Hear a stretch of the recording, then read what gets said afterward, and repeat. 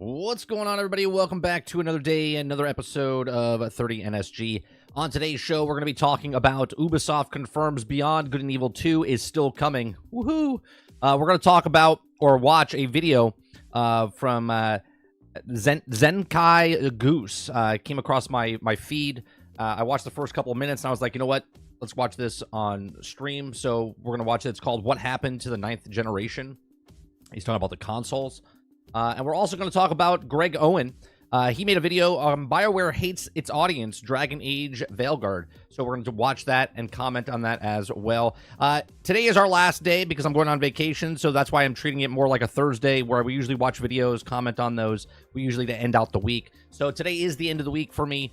There is no Generation X Gaming podcast this week. There is no other morning streams or evening streams. I leave early in the morning tomorrow for my vacation for a week. So we'll be back sometime next week around Wednesday or I think it's Wednesday we come back.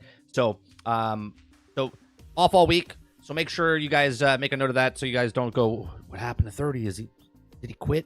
No, I didn't quit. I'm on vacation. So that's what's on today's show. Make sure you hit that like button. Make sure you hit that subscribe button. If you'd like to go above and beyond that, become a member as little as $5. We do this Monday through Thursday from 10 o'clock in the morning till noon Eastern. We cover news stories, videos, gaming stuff, and we have conversations about it on our channel. And I appreciate you very much for coming out each and every single morning to do this. What's going on, chat? Good morning, Dustin, Travis, Nate, Eclipse, Gaming Fire. What's going on, Jason? Morning, Jojo. El Nini, what's going on? Who am I missing? Waterbear, good morning. Kylo, good morning. Robert Jones, good morning. Good afternoon, good evening, wherever you guys are in the world. I think Jojo's overseas. Some of you it's the afternoon. Some of you it's morning. Some of you it might be evening.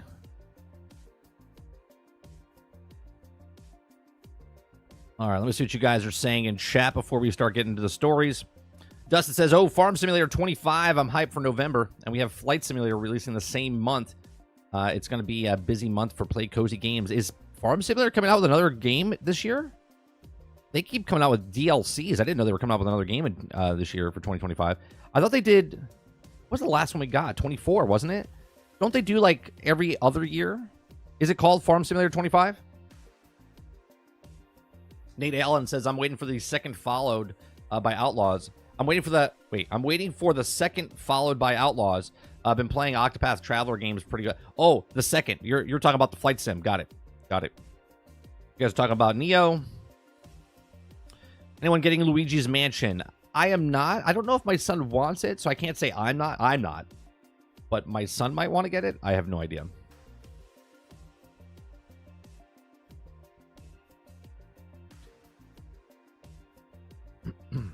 El Nini says, I'm actually looking forward to Dragon Age game.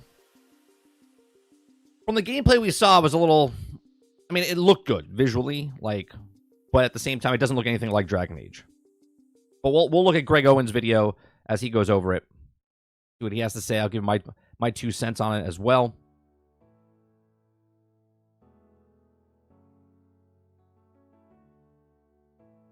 Let me see what else you guys are saying.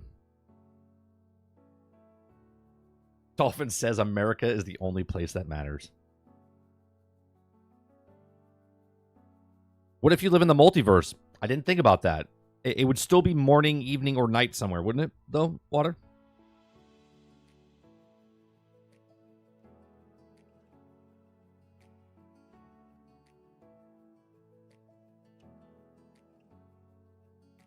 This is for the next-gen consoles only and PC. Ah, okay.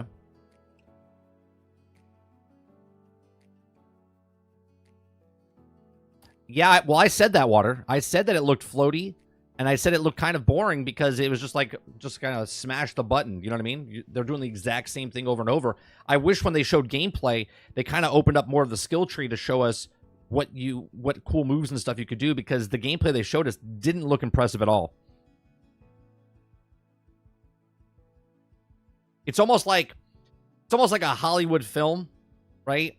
Like, you make the set, but you don't really make the building. You paint the building, and if you walk behind it, it would be like cardboard. You know what I mean? Or like balsa wood.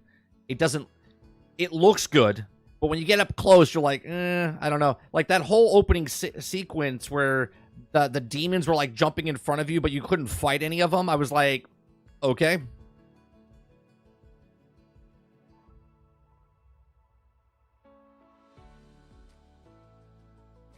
Well, it's funny. Apparently, look, I know what type of gamer I am, and I'm not playing Elden Ring because the Elden Ring Erdtree, because I knew I wasn't going to be interested in it because I have 50, I think it was like 52 hours in Elden Ring. Okay. I'm one of the people that never finished the game. I think I got like 3 or 4 achievements on the friggin' thing, but I loved exploring. I loved playing with other people, helping them do stuff. Like, I loved all that. But I knew that Elden Ring's DLC wasn't for me. I wasn't surprised. I wasn't like, oh my God, this is going to be hard. I knew going into the game it was going to be hard because it's a FromSoft game, right? Like, anyone that's like mind-boggled by the game being like difficult or hard in any way, shape, or form, I'm confused, right? The game came out 2 years ago. It was like the hottest game at the time. Everyone knows about Elden Ring. Everyone knows about FromSoft. Everyone knows about what type of games they make. And yet, for some strange reason, everyone's like, I can't believe it's so hard. It's so difficult. Like, we have this conversation. It's like we are goldfish. We have the same conversation about games like this. Should they lower should they make a difficulty level and whatnot? And it's just like, why? Right? They make a game, sell a game. They know what game they're making. They made the game, and yet people are upset because they can't beat it. Mind you, remember, normal people across all platforms, across all games, only 32%, 35% actually finish games. It doesn't matter if it's the hardest game. It doesn't matter if it's the easiest game. It doesn't matter if it's a fucking game at all. Less than 35% of the population that put a game into their system, whatever game system that is, whatever mobile device that is, whatever PC they're playing on, less than 35% finish the fucking games. It doesn't matter if it's hard, easy, super easy, cozy game, right? 35% of the people finish games.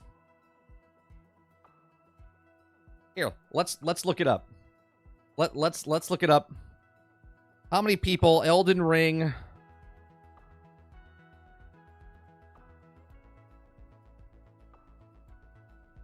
many people finished Elden Ring? How many people finished Elden Ring? Elden Ring has been finished by nearly 40%.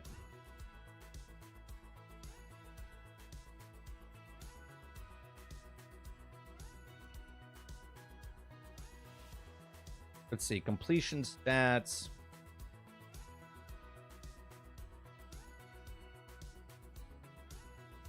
Yeah, almost 40%. Just over 30. Well, actually, it says just over 40% of the players make it past this person. Lady Butterfly drops to over 30%. There you go. 34.7% of players.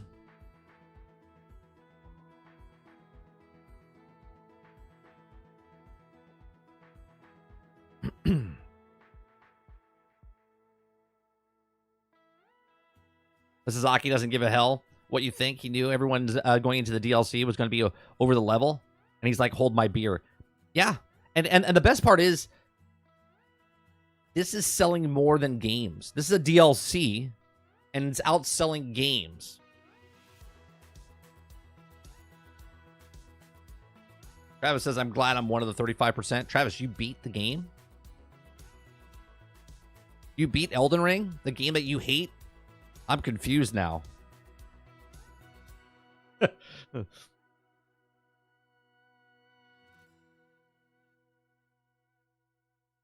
Is this one of those Fallout moments that you hate the game and you put 300 hours in? Is that right?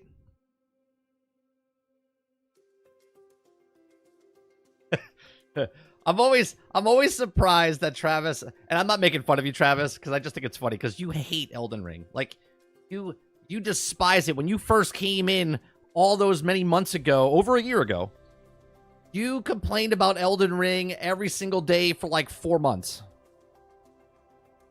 Right? For 4 months, you were like, this game sucks. And now you're saying you beat it. I mean, I got a round of applause. I got a round of applause you. Because not many people can bitch about a game that they finished. But at least you put the homework in. At least you put the homework in.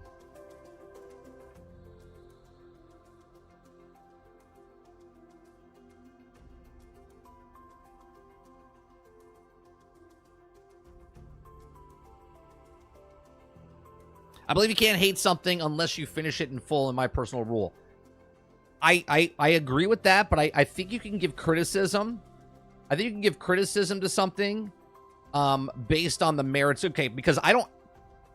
In today's age, right? In today's age, I don't have to play a game. And I can watch someone play the entire game and get a pretty good... Right? Obviously, it's different from watching to playing. Okay? But you can watch someone and get a pretty good idea and give an opinion on it. You know what I mean? But you're absolutely right. Right? I'm never going to talk about a game that I've never, like, dove into unless it's like a game where we know fundamentally what the game is and what we're going to do with Dragon Age, right? Dragon Age Veilguard has so many issues in development that's what we criticize here, and personally myself. But I can't criticize the game because obviously the game's not out and I haven't played it. But we always criticize games like Skull and Bones and development process and stuff like that. But obviously, the game mechanics and stuff like that, if you can't play it, if you didn't play it or I don't watch anything on it, then I can't really talk about it, which I don't do. Jojo says, Elden Ring is one of the best games out there, and I'll never touch it. I hate Souls games. Right. And Jojo, I'm with you, right? I think Elden Ring looks great. I think it plays great. I loved my 54 hours in the actual game, but I have no urge whatsoever to go in and play that game because I'm in a different... I'm personally in a different like area of gaming. Like I don't want to sit down and like sweat something and get good and have that accomplishment of, oh yeah, I beat it. I did that years ago with other games. Like there might have not been a Dark Souls game when I was a kid, but a lot of games were freaking hard. And I beat those and felt accomplished and whatnot. Now I'm more of I want story. I want to relax when I play a game. I just want to sit down and play a couple hours and then shut it off. I don't want to sit there at aggravation where I'm tomahawking a controller like I did when I was younger. You know what I mean? I do love games like this, though. Travis says the Lion King can go fuck itself. Like Battletoads and Kid Icarus, and there's lots of games that were difficult back then. Truck Simulator is very relaxing. Truck Simulator is. Now SnowRunners, on the other hand, SnowRunners is the Dark Souls of truck simulators.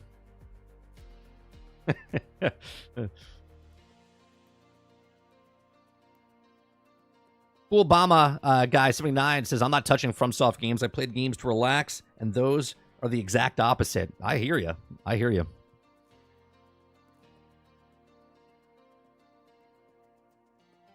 Sounds like Starfield people. Right? Right, Eclipse? Shittiest game on the planet, but they haven't played it.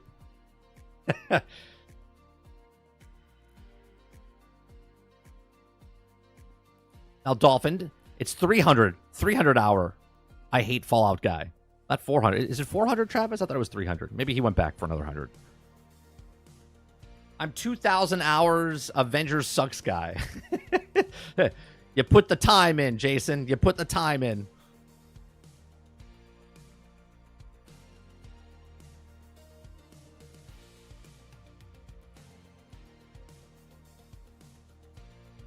I'll criticize some games before they're out.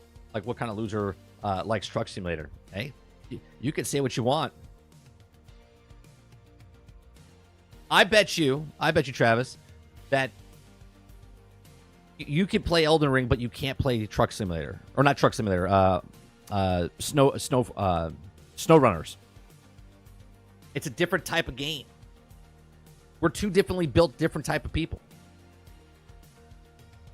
Centipede gives me the accomplishment feelings. You know, Ron, Centipede would be a lot better if they had guns and they were going up against robots, right? And it was an extraction game.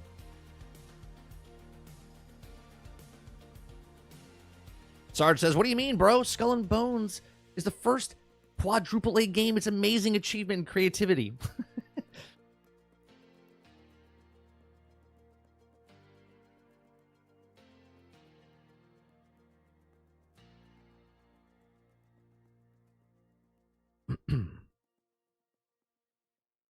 Power Wash Simulator. That's another game.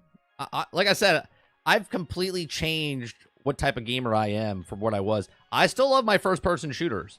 I still like playing difficult games or put the difficulty up higher on certain things. But then once I'm done with the game, I'm looking for to relax, man. I'm looking to play games to entertainment. I look at video games now like someone sitting down on the couch and watching a television show or a drama or an action film or going to the movies, right? Going to a theme park. I pay money to be entertained, right? That's what I want. I'm not looking to pay money so I can get kicked in the nuts. That's not why I play video games. I'm not saying it's a wrong thing to do. People can love the games they want to play, and I understand why Elden Ring is such a popular game. 30's a cozy gamer now. Yeah, that's just not really a cozy gamer. I just don't want to be like, oh, motherfucker. Like, Cuphead, games like that where the difficulty level, right? I beat Cuphead, right? I just don't want to play games like that. Like even those simple games where you're climbing up the fucking mountain that I watch people play, right? And then they fall all the way back down to the bottom. Like, no.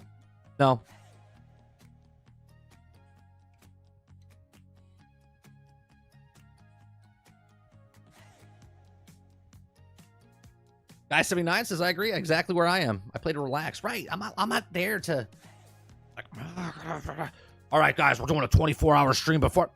That's not me anymore. Nope. What's going on, Drummerman?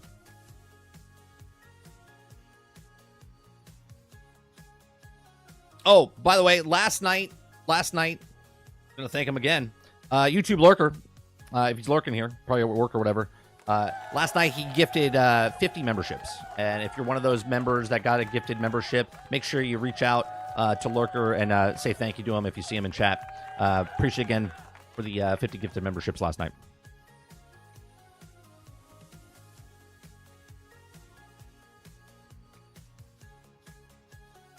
I'm not knocking people that like games like the Elden Ring.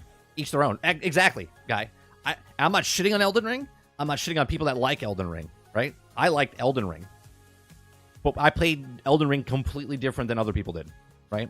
I just like exploring. My favorite thing in video games right now, it doesn't matter if it's an open world game, okay? I love going into a new area and exploring it and finding things. That's what I like to do, right? Even if it's a single player narrow game and I'm walking somewhere, I like exploring. I like going to every nook and cranny, trying to find things. That's what I like.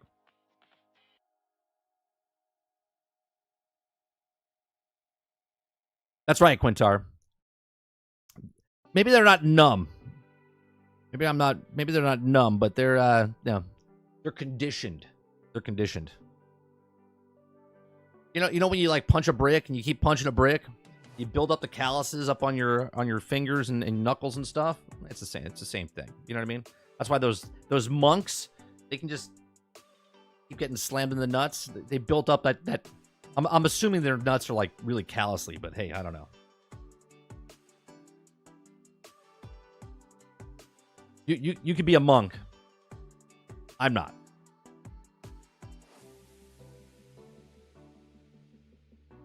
That's old age.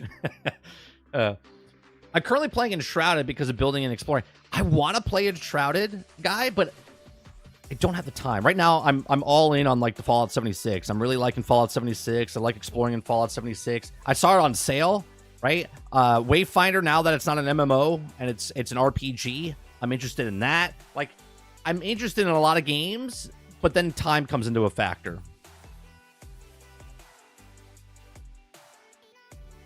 That's right. Hey, callous nuts. That's right.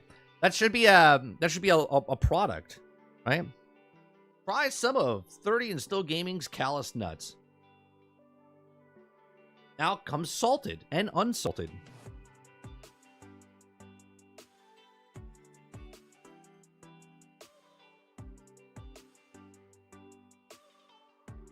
Oh, Nightingale came and went, didn't it?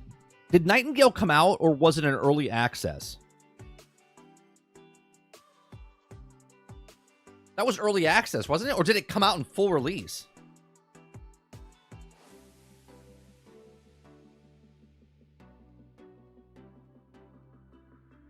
Oh, yeah, no. Water, I do know that.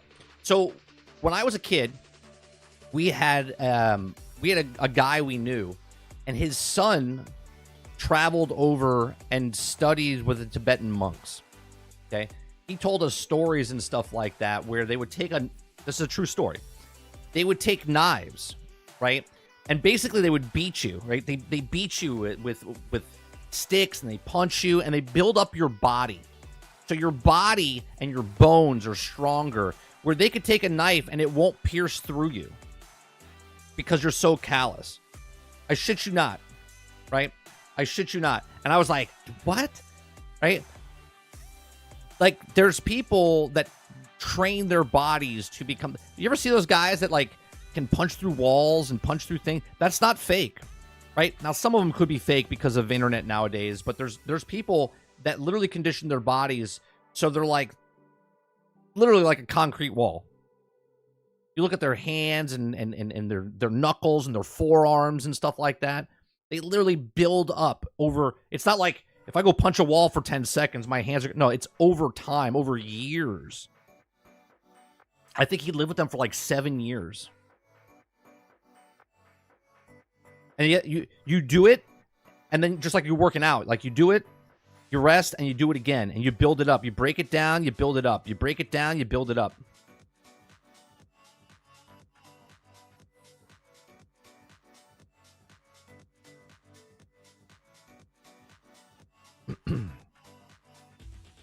All right, let's go to the first story. Let's go to the first story here. All right, so first story. I might make a breakout video of this, but this is not going to be a breakout video. Some of the videos that we're going to be doing in the future, like if you saw the PSVR 2, we didn't cover that on the stream, and we just made a breakout video of it. I might make a breakout video of this separately, going into more detail of this. But Ubisoft confirms Beyond Good and Evil 2 is still coming. If you guys like what I do here, we do this Monday through Thursday. We cover news stories, have conversations about the gaming industry and stuff, and then I have conversations with live chat. If you like this, like I said, hit that like button, hit that subscribe button. If you'd like to go above and beyond that, become a member as little as $5. All right, so Ubisoft confirms Beyond Good and Evil 2 is still coming. Now, if you guys don't know about Beyond Good and Evil 2, some of you might have gotten to gaming a little late, okay? Maybe you're older... You went to college, you came back, you started a family, you started playing games again. There was this game called Beyond Good and Evil that came out in 2003, okay? And then the sequel, they announced in 2017. But before it came out in 2017 as the announcement, they were already working on that game for like 4 years.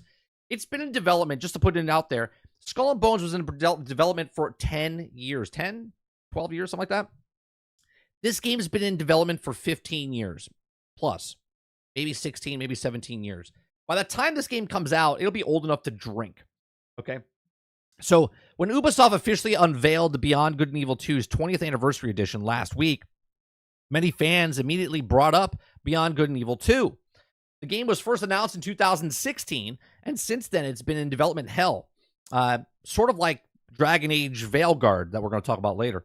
It's also seen multiple restarts, okay, and management changes, and has led to many fans just assuming that it's not coming. However, Ubisoft confirmed on Monday that Beyond Good and Evil 2 is still on the way. This is amazing, right? Like, I thought Beyond Good and Evil 2 was just like a dream. They were supposed to make this game for the 360, okay? And then it was coming into like the One. And now we're in this generation, and this game's not coming out this generation. I'm sorry. If it does, it's coming out when the next generation comes out and something else. There's no way. Like, Grand Theft Auto has been out, and it's been on, like, 3 generation systems. That's what this game was supposed to be. And no, it's not. Okay? So it says, quote, yes, Beyond Good and Evil 2 is still in development. And we cannot wait for the discover more about the Jade's past in the 20th anniversary edition, the studio said that via the game's official Twitter account. Obviously, a simple post like that doesn't answer any major questions about the state of the game, and that said that it's at least something to know that it hasn't been abandoned after the decade in development. At this point, I'm kind of wondering if it should be canceled, right? It's been so long since this game's been in development. What is the budget of this game? What is the budget of this game, and can it make its money back? I don't know. The only way it can make its money back is if it's a live service game. That's the only way I can think of it making its money back. There's no way a game can be in development for 15 years, maybe 17 by the time it comes out, and then charge $70 a one-time fee to be like, yeah, it'll make its money back. It's got to sell as much as Grand Theft Auto, and there's no way that's happening, okay? From just a single-player game. This has got to be a live service game. It has to have microtransactions, and I'm sure it's an Ubisoft game, and I'm sure it's going to have all of these things, okay? So when the fans will hear anything more about the prequel title remains to be seen. Beyond Good and Evil 2 20th anniversary launches on June 25th, which is today, for Xbox Series X, S, and Xbox One, PlayStation 5, PlayStation 4, PC, and Nintendo Switch. Okay? So what do you think? What do you think about Beyond Good and Evil 2? Do you think it's going to come out? Do you think it's going to come out within the next year or two? Do you think it's going to come out for the next generations? Let me know in the comments section down below. Let me know in the live chat. This game looked amazing when they showed it back in 2016, and then again in 2018 when they showed more footage. There's this wide open area, and you could go. This is the dream that we all talked about, where you could be on the planet, fly up in the atmosphere, have battle in the atmosphere, and then fly up into space, okay? And this is a co-op game, by the way, okay? This is everything that we got No Man's Sky, everything that Star Citizen, everything that Starfield is. Take all three of these games, combine them into this game, and that's what this game is, okay? And yet we have yet to see anything from it. So let me know what you think. Beyond Good and Evil 2, are you still excited about it? Are you kind of like, whatever, I'll just wait and see what happens, obviously? Let me know in the comment section down below. Please make sure you share, like, subscribe, and if you like what I do here, please check out some of our other videos. Thanks for watching.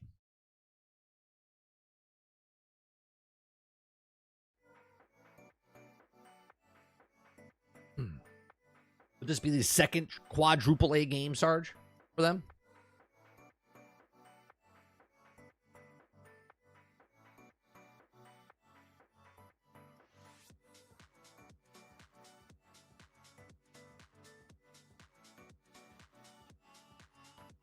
Yeah, it's out today, the anniversary edition. Ubi's killing it with games. I mean, Nate, this game's been in development for over 15 years. I don't know if they can make their money back.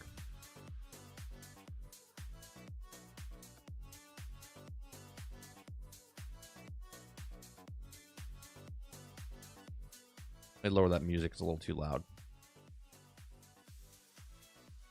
So the game can be in development for 3 to 5 years and drop like a rock, but a game in 15 years and they're like, green light all the way. Yeah.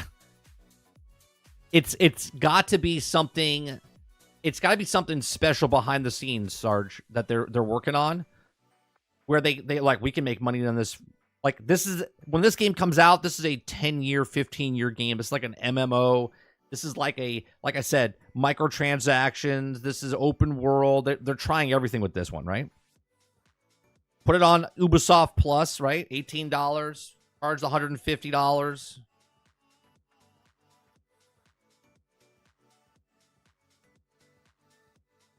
Beyond Good and Evil 2 franchise, my friend, is like oh, I forgot they existed. Meh, no big loss. Here, let me bring up some of the footage that they showed back in. Let's see, Beyond Good and Evil 2.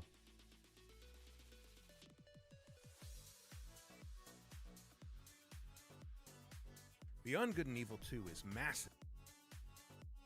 Okay, let's bring this up so you guys can see what Beyond Good and Evil 2 is. Because some of you might not know what it is. And traversing its open star system is completely seamless, whether you're on foot, in vehicles, or in space.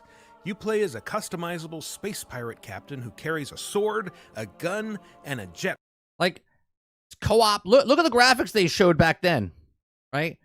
This is back in 2017, 2018. Now, Graphics back then were fine because look at Battlefront 2, right? Pack as basic. Oh, you've seen nothing yet, Dolphin.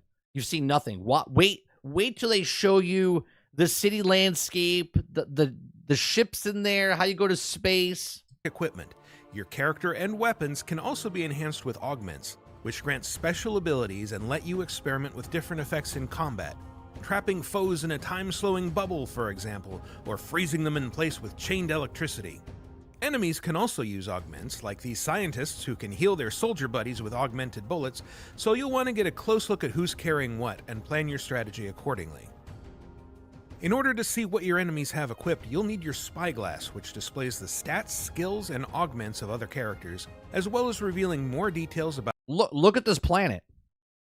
Locations, planet, and points of interest, even from space. It's right. Real quick. That's right. Locations and points of interest. They're standing on a wing in a ship in the atmosphere, like above the planet, and you can go to that planet. And you can go to that other planet. Okay, this is what they told you all those years ago. Space. It's a key part of recruiting too. Take a close look at an NPC with your spyglass, and you'll see if they have any skills worth adding to your space pirate crew. Of course, your crew isn't the only company you can bring along. Beyond Good and Evil 2 is an online game. This is a prequel. This is a prequel to the original game, Travis. It's always been the prequel. And while you can play solo, co-op buddies can jump in or out at any time. You won't be tethered together either, and if you want to wander off and explore while another player does their own thing, you're free to do so. Welcome to Ganesha City, a dense, vertically built metropolis where the rich live at the top and the poor huddle in shanty towns built into the sides of the city's foundations. It's sprawling and richly detailed, and it's just one small corner of a moon called Soma, itself just a small piece. Doesn't that look familiar? Look at that. Right? Now this is just a single player / co-op game. I guarantee you it's more than that now. Piece of Beyond Good and Evil 2's gigantic open world. 1,000 planets? No, it's not 1,000 planets. I don't think it is. I think it's much smaller. I think it's just this one universe, like one galaxy. It's also built for aerial exploration, so in addition to your jetpack, you'll have access to a wide selection of flying vehicles. Any vehicle you see can be commandeered and driven, and they can all tune into Radio Cheetah, a station by space pirates for space pirates. You'll also be able to fully customize your own rides, swapping out modules, wings, engines, equipment, and cosmetic options to tailor your machines to look good and hold their own in a fight. You'll need This is pre-alpha footage, by the way. Special equipment or skills to take on larger vessels, but your fighter ships are agile, able to execute barrel rolls, lock onto targets with homing missiles, and dogfight with police if you inadvertently break some city law like flying too close to a major tourist attraction or robbing a bank. And like your weapons, ships can be equipped with augments, enabling you to do things like firing healing missiles at your co-op partners. Your ships are also capable of hitting extreme speeds, covering thousands of kilometers in a matter of seconds. This is essential for getting around planets in a hurry, as well as for flying out into orbit to rendezvous with your mothership, a huge vessel that serves as your home base. Even out here in orbit, you can see... Like, don't get me wrong. This looks phenomenal. But like all my senses are going off, and radar and bleeps and buttons. And I'm like, whoop, whoop. Seamlessly transition from piloting a ship to spacewalking with a nano spacesuit to protect you from the vacuum. Like, why did they show this so many years ago and then never saw anything again, right? Like, red flags everywhere. Popping out of the cockpit and into the cold abyss of space allows you to use your spyglass to investigate a planet, And this is one of the games that I would be interested in. This is like where I am in gaming right now, where I'm just like to explore and play games and just live in that world, right? This is why I'm excited, or I was excited, for Outlaws or any other game like that. Because if I pay money for it, I can play as long as I feel like it. Peering down at treasure-hiding geoglyphs. Rose says this game is never coming out. Well, they confirmed it, Rose. They said they're still coming out and still working on it. Which are still buzzing with activity far below you. And I think at this point they have to release it. I think they have to release it, Rose, because they have to make their money back on it. Enabling your co-op partner to explore and interact normally with city life even when you're this far apart. Alternately, you can switch over to the Universe map, a fully 3D rendering of System 3 that can be zoomed in and out to give you an overview of everything from close-ups of a planet's surface to the continuously orbiting layout of the entire system. Now, see, back then, this was very impressive.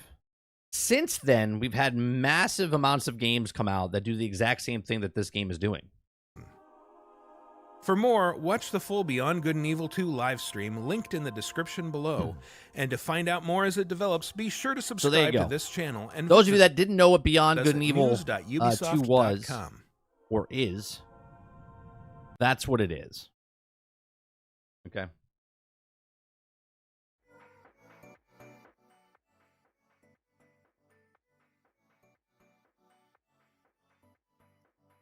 Too big to fail. Yeah, I think they have to make their money back. I don't think this is a game.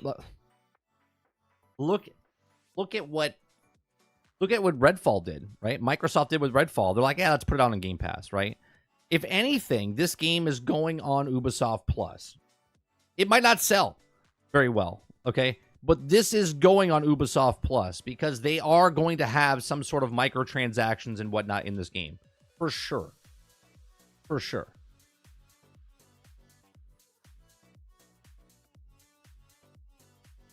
Did they upgrade the graphics? I'm not sure if they did. When do I think it'll come out? I don't think it launches the same year as Grand Theft Auto 6. And if Grand Theft Auto 6 is coming out next year, earliest I see this is 2026. If Grand Theft Auto gets pushed back to 2026, earliest I see this is 2027. So we're still 2-3 years away. At the earliest, in my opinion.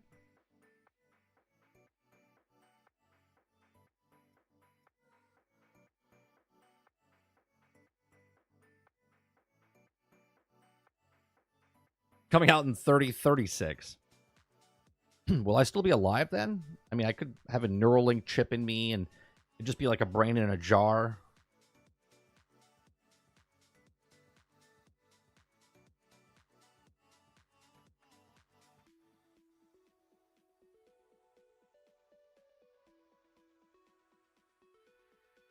All right. What video do you want to watch first? Do you want to watch Greg Owen's video on Dragon Age Veilguard, or do you want to watch what happened to the 9th generation of consoles?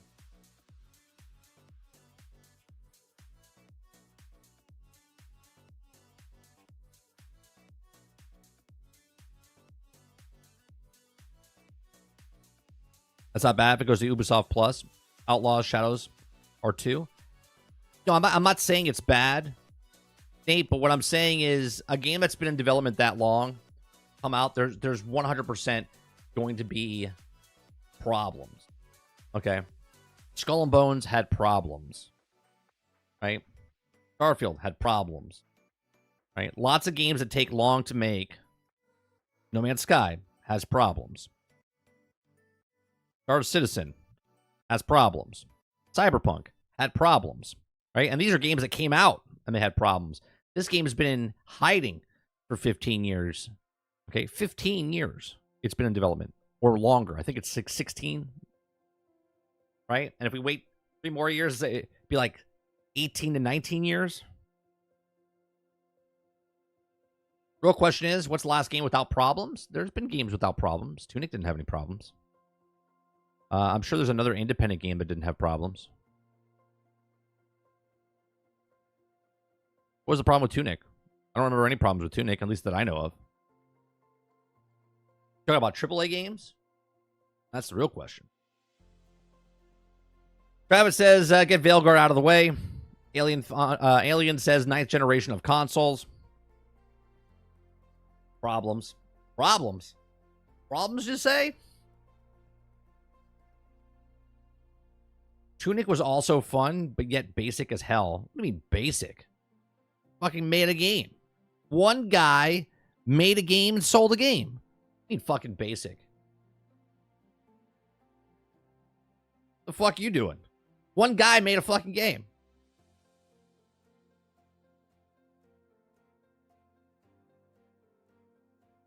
Basic. That take is basic. Lawnmower Simulator didn't have problems.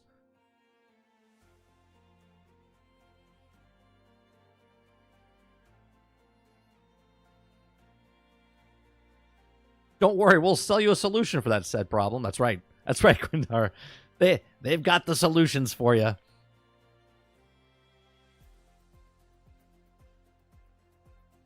They'll be like, oh, your ship only goes 10 miles an hour, but if you get this per transaction or pre-order 3 days early and get the early access and get the Ubisoft Plus, your ship will now go 10 times faster.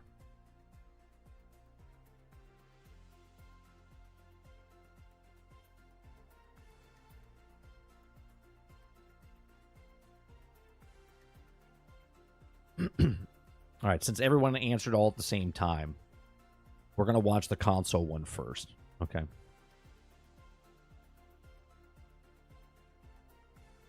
All right, so this one we're watching What Happened to the Ninth Generation by Zenkai Goose. He's got 119,000 subscribers. His name is in the description down below. If you like the video and you want to watch it without my commentary or in full screen or whatnot, you're more than welcome to go over there and check out the video.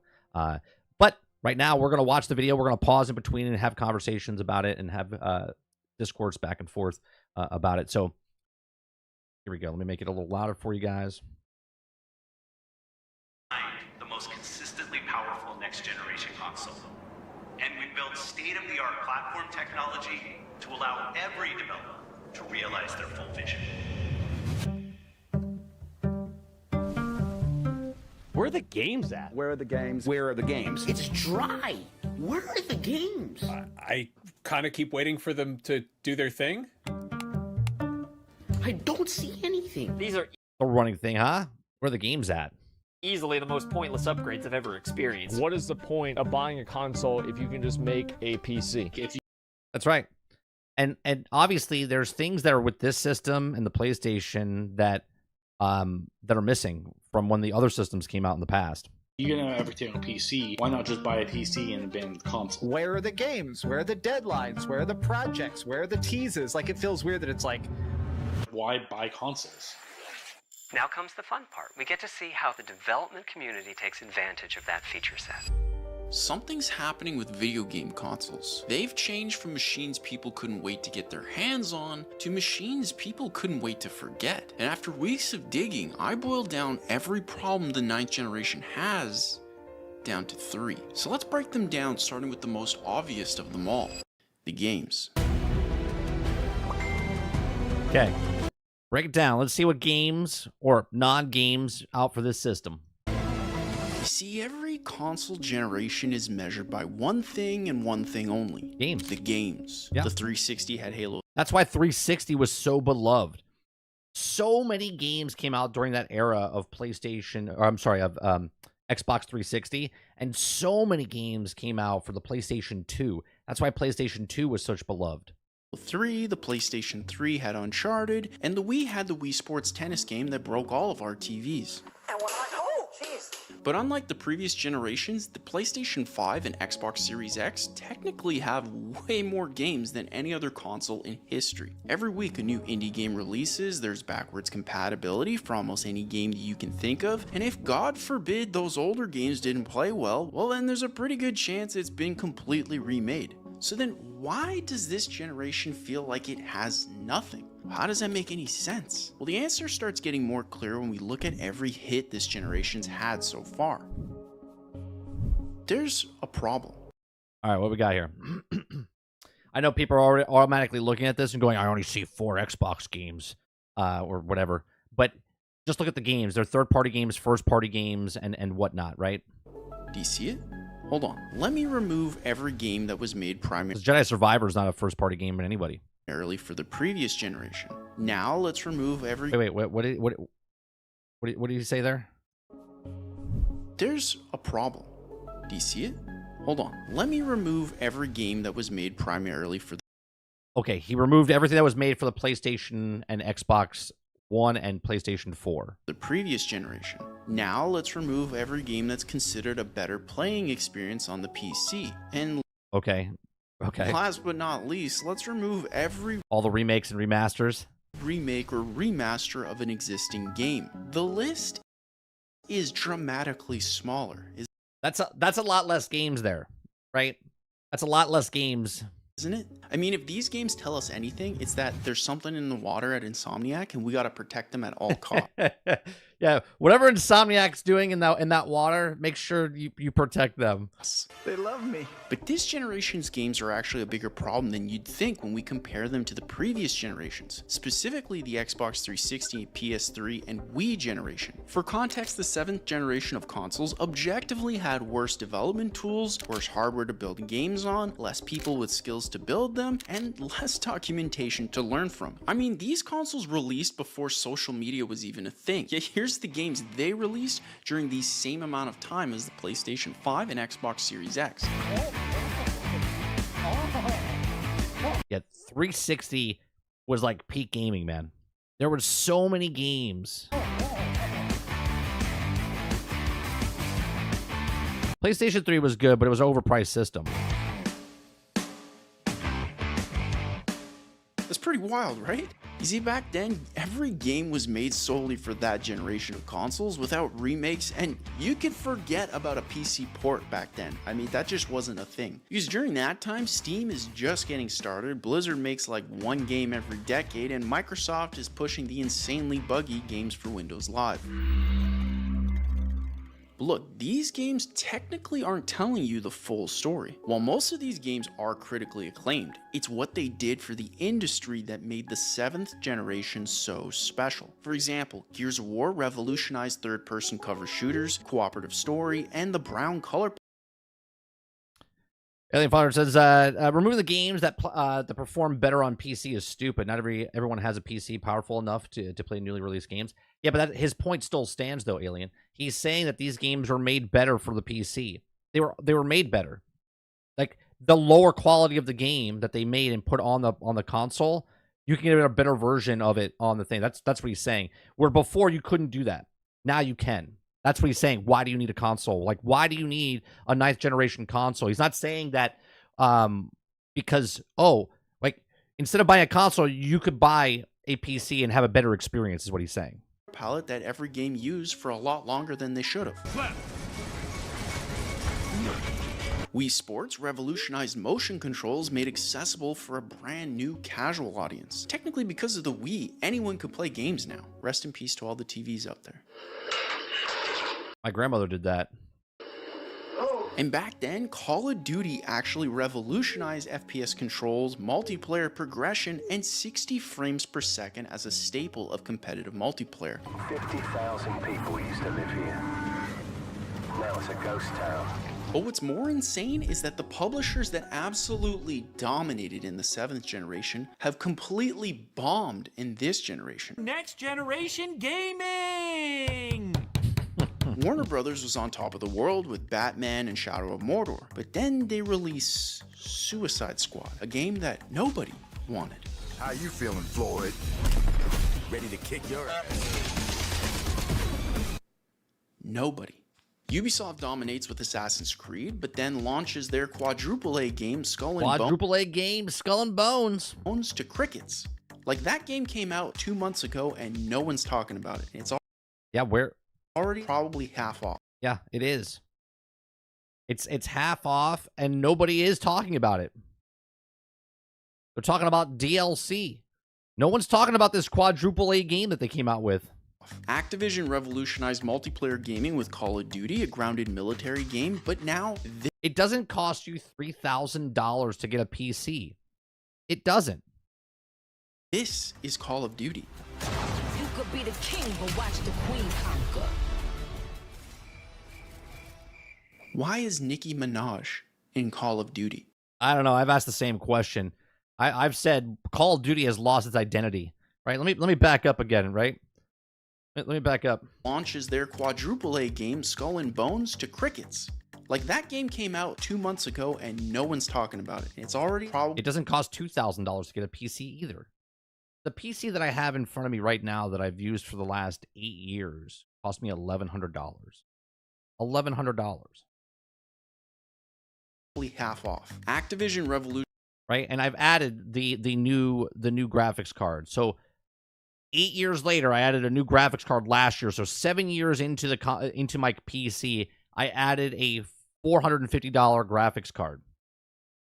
Revolutionized multiplayer gaming with Call of Duty, a grounded military game, but now this is Call of Duty. You could be the king, but watch the queen conquer.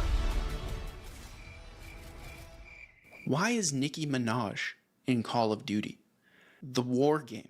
Money! Also, Microsoft, you know, the single biggest video game publisher in the world right now. And this is one of the saddest things about the Halo Infinite, man. Like, this is what launched Xbox. Halo is Xbox. Xbox is Halo. Finkel is Einhorn. Einhorn is Finkel. Okay? And they completely trashed this franchise. You could like Halo. People are going to be like, well, I like Halo. I think Halo's great. No, this is fundamentally a worse Halo game than all the other Halo games. Now, well, they launched Redfall completely broken, Starfield completely empty, Lionhead Studios completely fired, laid off 4 more companies during the making of this video. You what?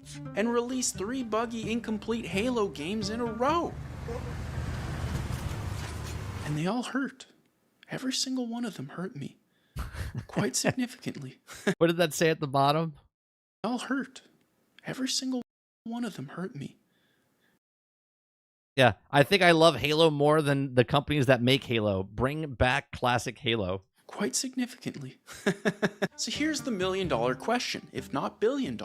What the heck is happening with video games? Well, you see, the simple answer that gains a lot of social credit these days is making games is hard. Making games is hard. Oh, yeah, making games is hard. You know what else is hard? Pissing in the wind. Shitting off the edge of a mountain with nothing to hold on to. Like, everything's hard. Everything is hard. Every job that everyone has doesn't know. When someone criticizes their job, everyone's like, well, it's an easy job. Everything's hard. Making to the Major League Baseball, that's hard. Professional football player, that's hard. Welder on a oil rig with the waves hitting you in the face, that's hard, right? These are all hard. All hard jobs, all hard things. Making games is hard. Making games is hard. Making games is hard. Making games is hard. Now, using my personal experience in the software development field, I've been doing it for Giving a shit is hard. That's right. Right, Luke. like 10 years. I can't argue that the process is difficult. But I can argue that these companies seem to have no idea what people actually want. I agree with that. These companies, video games is very hard. You know why? If you don't know it's hard to make a YouTube video, okay, if you don't know what you're talking about, right? If you don't know what you don't know, it's hard to make a YouTube video, right? If you don't know what type of game you're making, Anthem, they didn't know what game they were making until 7 years into the cycle of making the game, until they made a trailer and put it out there, and then they're like, oh, that's what we're making, right? It's hard to know, and it's a difficult process if you don't know what game you're making because you're changing it along the way. Skull and Bones, Suicide Squad, Gotham Knights, right? All of these games that were one thing and then another. Dragon Age Veilguard. Want to play. And when we look at the games through that lens, we can start to see why we're getting so many remakes of games that were so successful before, so many live service Destiny or Fortnite clones, and why so many games are made for the previous generation with a higher install base first instead of the new consoles we spent. Right. So many games are made for the last gen because the people haven't moved over yet, right? They want the money. They're chasing the money. Instead of making the people come to the new systems because make a game, sell a game for the new systems, they're like, well, let's make it for the old system and the new system, and that way we can make more money up front. Well, instead of going, hey, why should I buy a PlayStation 5? Why should I buy an Xbox Series X or S? Okay, why should I buy a Switch? Why do you think the Switch is better than all of these other consoles? Because they're not making games for the older systems and the Switch. They're just making it for the Switch, okay, for the majority of their stuff, right? If I could buy God of War, right, for 4, then why do I need, for Xbox 5, okay, or PlayStation 5, PlayStation 5, then why would I, let me back up again. If I can buy for PlayStation 4, why would I buy it for PlayStation 5? Why do I buy a $500 console to play the same game if I could buy that game for the older system? Makes no sense. Give me reason to buy the next system when all the games are going everywhere. $600 of our hard-earned Canadian money on. They weren't cheap, guys. Maybe we start building for them. Just throwing that out right. there. Start making games for the new systems. Now, it might be because I love video games or because I'm Canadian and thus genetically faster load times and better graphics. But Travis, if I already have a system that can play the games, why do I care about the faster load times? I'm already happy with the system I have, right? Again, I have a PlayStation 4. I didn't buy Ghost of Tsushima because I knew it was coming to PC down the road. I waited 4 years and I still haven't bought it now because I'm playing something else. predisposed to helping people come back stronger. That's that Zenkai in me, baby. So video game companies, here's some feedback that I'll give you free of charge. Ditch these consoles. No one thought the Xbox One was going to make it 2 years, let alone 11. Just take it out back to the farm, make it look at the sunset, do what you need to do. We're all on the same page. No one's going to be there and going to be like, no, please, no, not the Paul says the reason they can't be gatekeeping of the game is the next system, just because, like Lego Horizons. Here's the problem, though. Now technology has now caught up and surpassed them, right? So it doesn't matter if they come out on, if they make new games for the new consoles, because now the way that Xbox is doing it, the way PlayStation's doing it, the way more games come on more platforms. So it's like, why do I need a PlayStation 5? Why do I need an Xbox Series X? Why do I need a PC, right? So it all depends on where you are, right? If I own an Xbox and I'm like, oh, I want to play these games over on PlayStation, but they're coming to the PC. It's like, well, I don't really need to buy a PlayStation. I can buy a PC and get both best of both worlds. Or if I'm on PlayStation, I'm like, why do I need to buy an Xbox when I can just play their games over on the PC, right? Or I can just wait for some of their games to come over to our platform. It's completely changed landscape now. Right, exactly, guy. The average gamer doesn't give a shit about the graphics or load times. Right, Water says, my PC and my PlayStation 5, only use my PlayStation 5 for exclusives, or if I want to sit in front of my big screen and play on the sofa. It says, next week I'm getting a PlayStation 5, I'm excited. Xbox One and PS4, no, I love them so much. bring them to the farm. You see, it's time to make games that people actually want. We're talking a non-live service Batman game, an Assassin's Creed Black Flag 2, an actually good Halo game. He's fun, I like him. Or just look at what's popular in the mod scene and you'll get a hit. It's actually surprising how little companies do this. I mean, it worked for Dota, it worked for Team Fortress 2, it worked for Battle Royale, it worked for Counter-Strike, and all the gaming companies are like, we should make a Fortnite or a Destiny clone. Suicide Squad. Yeah. Why? Money. But unfortunately, exactly, money. The lack of next generation games is just the first problem, because these consoles make playing games kind of difficult. Dude, how is my timing that bad? Oh man, that kid need to go outside and touch grass. So let's say you get a brand new console. Here's a simple question for you. What should it do? It sounds simple enough, right? It should play video games, of course. But there's actually something else that I'm sure you'll remember after this. Now, if you didn't play the GameCube, then that just didn't work. But if you... Did he say, what did it say at the bottom there? Hold on.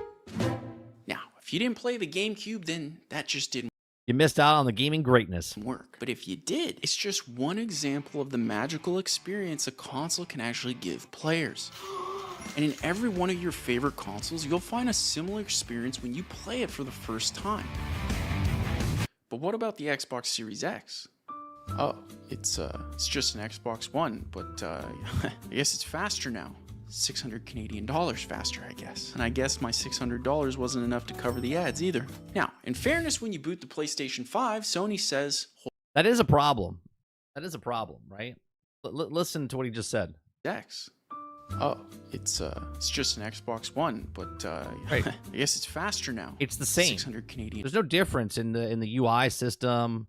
It's just dollars faster, I guess. And I guess my $600 wasn't enough to cover the ads either. Now, in fairness, when you boot the PlayStation 5, Sony says, hold my beer. I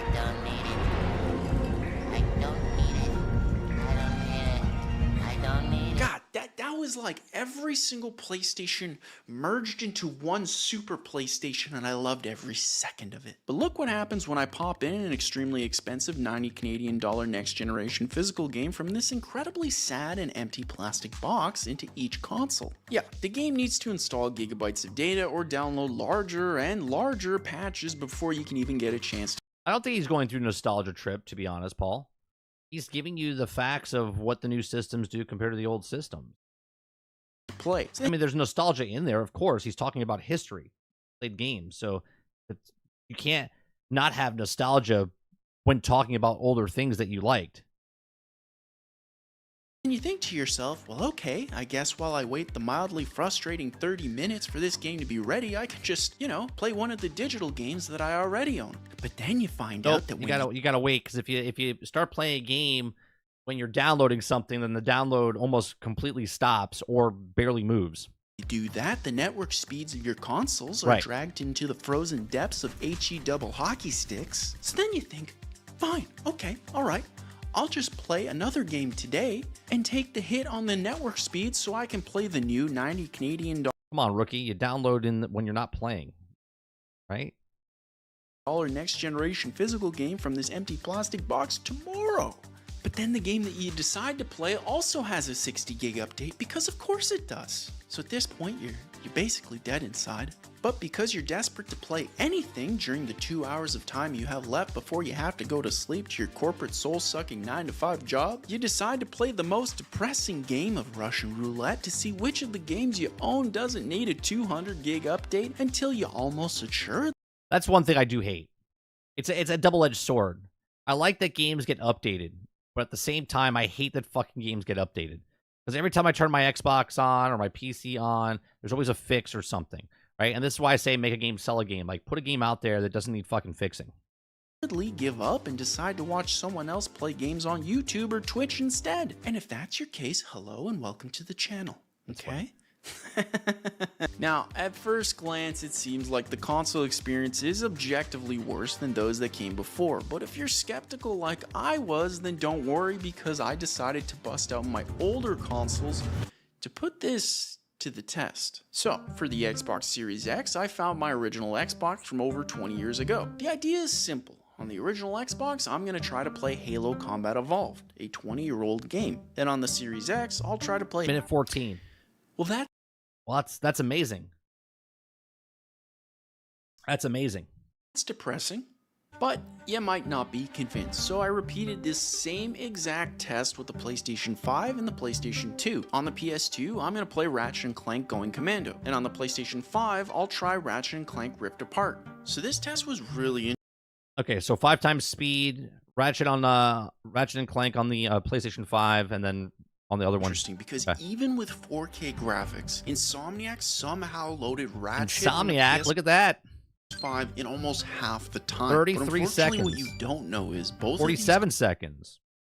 I'll see that. Consoles needed their games to be pre-installed ahead of time just so they could compete. Now remember, each of these consoles is playing a game that's pushing their hardware to the limit, but only the previous generations actually let me right, no installed necessary. You have to install the games on the new systems. Play the games immediately, and I don't even want to imagine what would happen if these newer consoles weren't connected to the internet. Like, these things have way more power, they have way faster hard drive speeds, and yet I can just play games faster over there. Because, you see, in the 9th generation, the games are worse, the play experience is worse, and in the Xbox Series X's case, it barely tries to do anything to trigger any form of nostalgia. I mean, who's launching the Xbox Series X 10 years from now being like, oh man, the Jurassic World Dominion ad on the front dashboard that I paid 600 Canadian dollars for, and his subscription to Game Pass. Yeah, I hate that shit. I hate the ads. That's when gaming truly peaked. Ah, yeah. The nostalgia. So, here's the question. If the modern gaming experience boils down to a list of games that are slightly better versions of the previous generation's games that constantly require downloading and or updating, then why not just play games on the PC where the games look and run so much better and I can actually do something else while I wait for my game to download? The truth is, most people wouldn't, which is exactly why we're seeing a dramatic surge in the popularity for PC gaming instead of console gaming that was traditionally... I think the problem, though, is there's a stat that no one ever talks about. Your circle of friends, right? And that can't be measured in any way, shape, or form, right? I talk about this where your circle of friends, if a new generation comes out, and let's say nobody owns a PC, nobody owns an Xbox, nobody owns a PlayStation, no one owns a Nintendo, right? Nobody owns anything. You got 4 friends, and nobody owns anything, and they're in the market to buy something. Nobody knows what to buy, and there's an alpha in that group, right? There's a friend that in that group that if he does it, everyone else will follow. Okay, if Tyler happens to get a Switch, the rest of the 3 are like, I'm not getting a Switch, right? If one person, whoever that person is, goes with PlayStation or goes with Xbox or goes with PC, then the other ones are like, oh, I'm gonna get it one too. Okay, and again, that changes if you're younger or if you're older. Because if you're younger, you can't really afford anything yourself because you don't have a job. So you have to ask your parents, and your parents have to save up, and they're either saving up to buy a PC or are they saving up to buy you a console? I'll tell you what, they're going to save up to buy you a console because that's the cheapest, right, to get something to you. Now it depends, do they get you a PlayStation or do they get you an Xbox? As soon as that wall falls and whoever that person is gets that PlayStation or gets that Xbox, the rest will fall in line and they will follow that person. And then you have a friend, right? So a lot of people don't go to PC right away as a younger person because it's too expensive, okay? The $500 option's much more appealing than the $1,000 option, or some of you think $3,000 option, okay? And that's what really is. A lot of younger kids, they go where, you know, their best friend decided to buy first, and then they all fall in line so they can all play games together. Always the place to play games first. But there's actually one more reason why people are moving to PC away from the PlayStation 5 and Xbox Series X, and it has to do with the way that these consoles treat people. You see, when it comes to video game consoles, there's actually 2 different eras of communication. The offline era, where you actually had to visit your friends, hang out, bring... I used to have to carry a TV like that to my friend's house.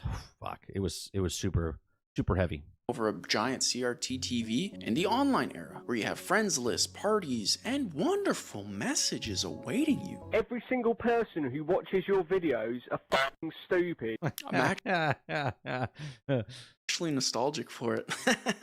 But somehow the Xbox Series X... I miss those times, I do.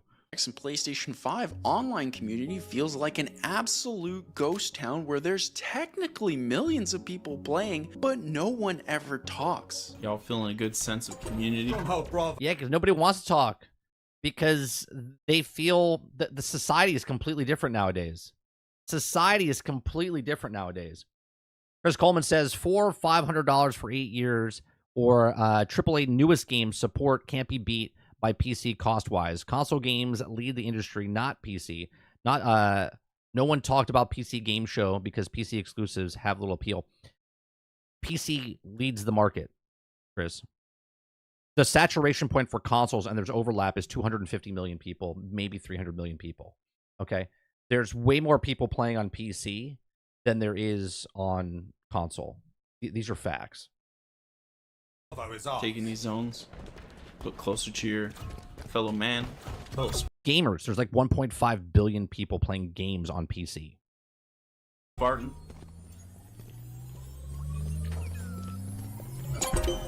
Your team. I love it. So, let's go back to 2007 to see just what the heck happened.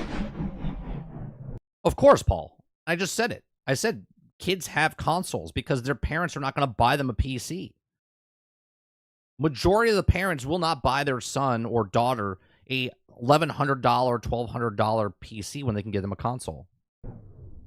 Okay, it's 2007, and for some reason we talk like this. Broken, weird, Canadian, British accent. But that's just what 2007 was like. So, you want to play Halo 3 with your friends and your 360 hasn't red ringed. What are you to do? Well, first you need a microphone to communicate, and thankfully Microsoft graciously includes a pretty decent quality mic for the time with your Xbox 360. That means that I remember that freaking microphone. It's actually pretty good. It's actually pretty good quality. anyone and everyone who has a 360 can communicate online right out the gate. So how do we go about communicating? Well, it is 2007, so communication software is, I'll be blunt, it's terrible. Skype is probably the best out there, but us Canadians, well, we were using MSN Messenger. Fortunately, well, I don't miss those days. In luck, because sure, the communication software may have been total garbage. Yeah. Skype in call. But the software in these consoles were actually magnificent. You see, it had friends lists, a private party system. Yeah, but the fact though, Sarge, that the consoles came with headphones is different than now, right? They gave you a microphone or a headset, I should say, and now they don't give you that. That worked across any game, and like I mentioned before, some of Chris, you're counting. There's plenty of people that play video games, right? If you're talking about the next Call of Duty came out and no one on PlayStation or PC is buying Call of Duty, sure, you can have a stat where you're like, oh, more people bought it on this console than, but gamers, people that buy games in the industry as a whole, 1.5 billion people buy, play, download, whatever on PC, and 250 million people. And there's overlap there because I own an Xbox, right? I don't have a PlayStation 5, but I have a PlayStation 4 and an Xbox One, and I have a Switch, and I have an Xbox Series X, right? There's overlap there. I have a PC, an Xbox, a Switch, a PlayStation, okay, where more people play on PC than console. The saturation point is small, hence why Xbox is moving towards PC, hence why they're moving towards mobile, hence why PlayStation is starting to drop games on PC, because there's a saturation point. There's no one else that's buying over the 250 million people. These are facts. More people play on PC games or PCs than on console. Some of the most wonderful voice messages you could have ever hoped for. If I ever see you, I'm gonna fucking your face wide open, yeah? Like I said, 2007 was a different time. But what about the game itself? How did we communicate with the others? You see, by default, Halo and every other multiplayer game let anyone with a microphone communicate openly. Lobbies were active. People don't go into open lobbies anymore. You don't hear anybody. Unless you play Starship Troopers. Parties were well indicated. And then you just hear a bunch of guys talking about their balls. On screen with an icon, and proximity chat was always turned on by default. You don't need communication. That's how you win. Push. You don't need Just communication. push. Mind-blowing, I know. Every single person you played with could be spoken to just like if we were playing sports in person. It was truly... No, people get their feelings hurt now, Sarge. You can't have open talk, right? Nobody, everyone keeps their mics muted and they don't want to talk to anybody. Unity. Because everyone in gaming is sexist, racist, misogynistic, or just a bunch of assholes. That's what they want you to think.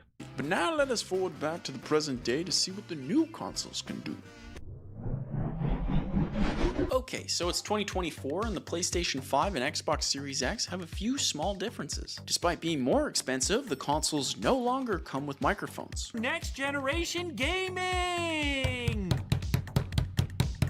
Sony technically provides one embedded in the controller itself, to be fair, but unless you play like a complete psychopath, it's probably not going to gain mass adoption. Isn't it great that we can just talk right through this controller's mic? If I ever see you, I'm gonna...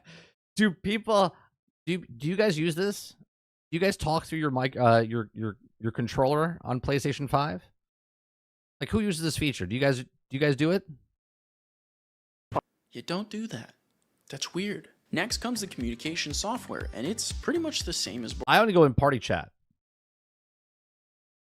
before. But while this sounds great, and the reason I only go in party chat is not because I don't want to talk to other people. The reason I go to party chat is when I'm streaming, the only way I can get people's voices that when you, so it doesn't look like I'm talking to myself, is that I have to go into party chat, because if I have to either use Discord or party chat. For some odd reason, Xbox doesn't let you hear in-game chat.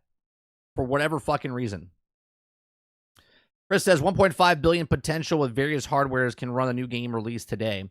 Why count PC hardware and can't run current gen games better than console? Do people want lesser experience?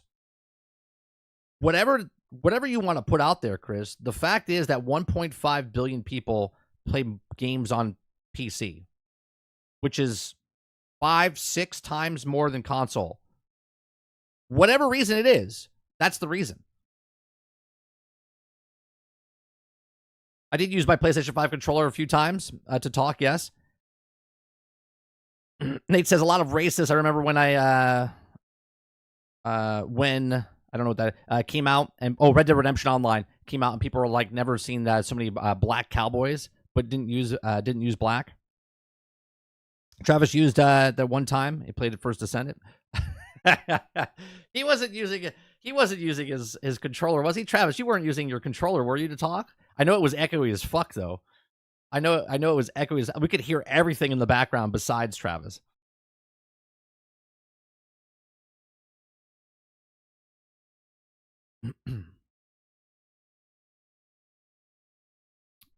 On paper, it's actually pretty bad given that it's been over 15 years. You see, companies like Discord have streamlined the way players communicate, and the consoles really haven't tried to keep up. The only innovation the Discord experience is not the greatest on console.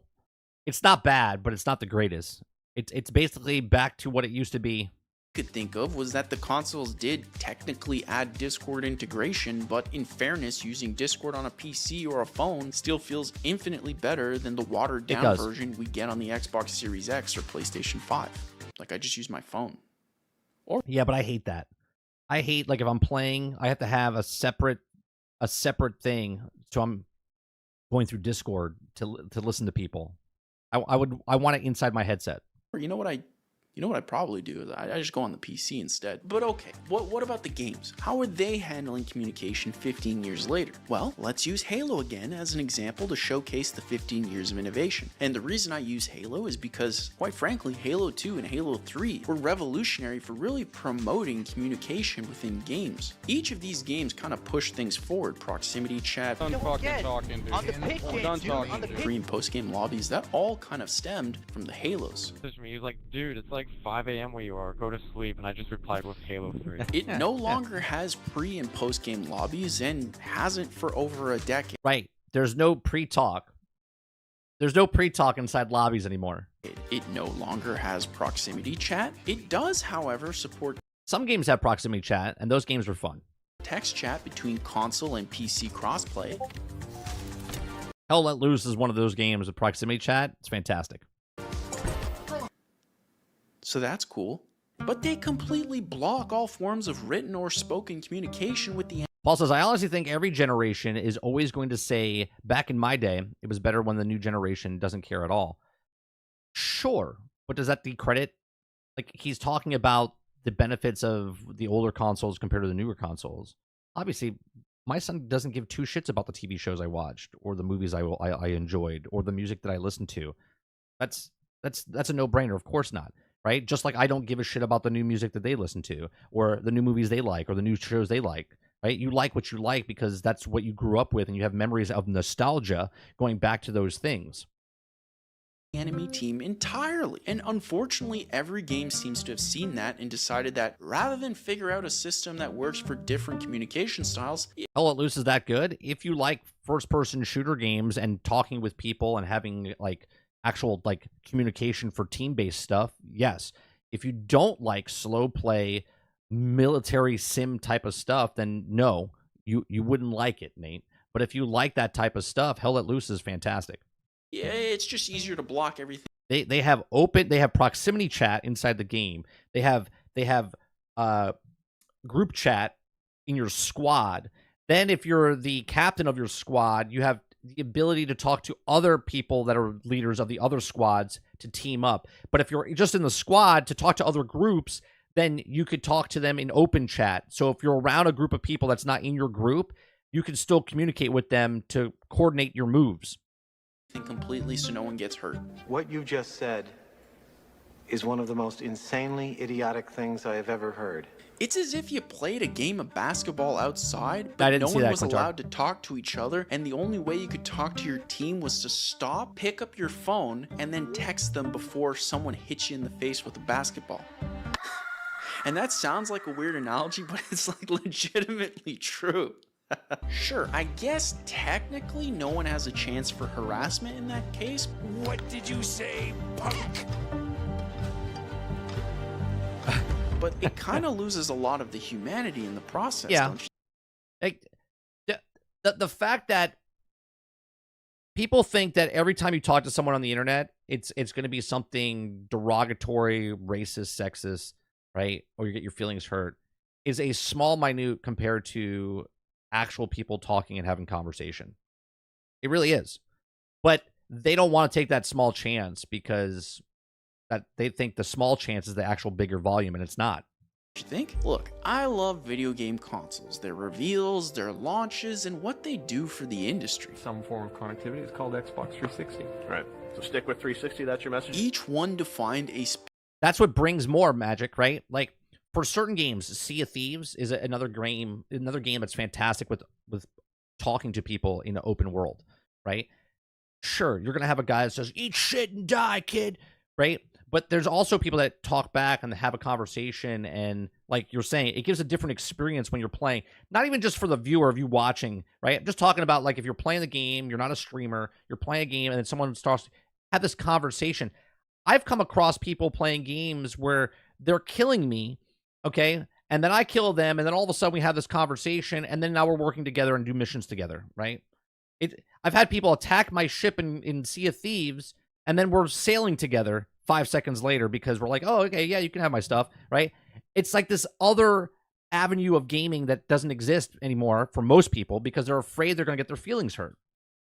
specific part of my life, and I'm pretty sure it did for you guys too. But the honest truth is that the 9th generation consoles are just overpriced, poor gaming experiences where the games are held back by less capable machines, corporate greed, and a censored online environment in a world where if I spend a couple extra $100, I get all of that and more on a PC. The market is basically being forced to go elsewhere. Yeah. And I'm afraid if these problems continue, video game consoles we know and love will die slowly in a wasteland as I don't know if they'll die. I think they'll evolve and change. Thing but a memory.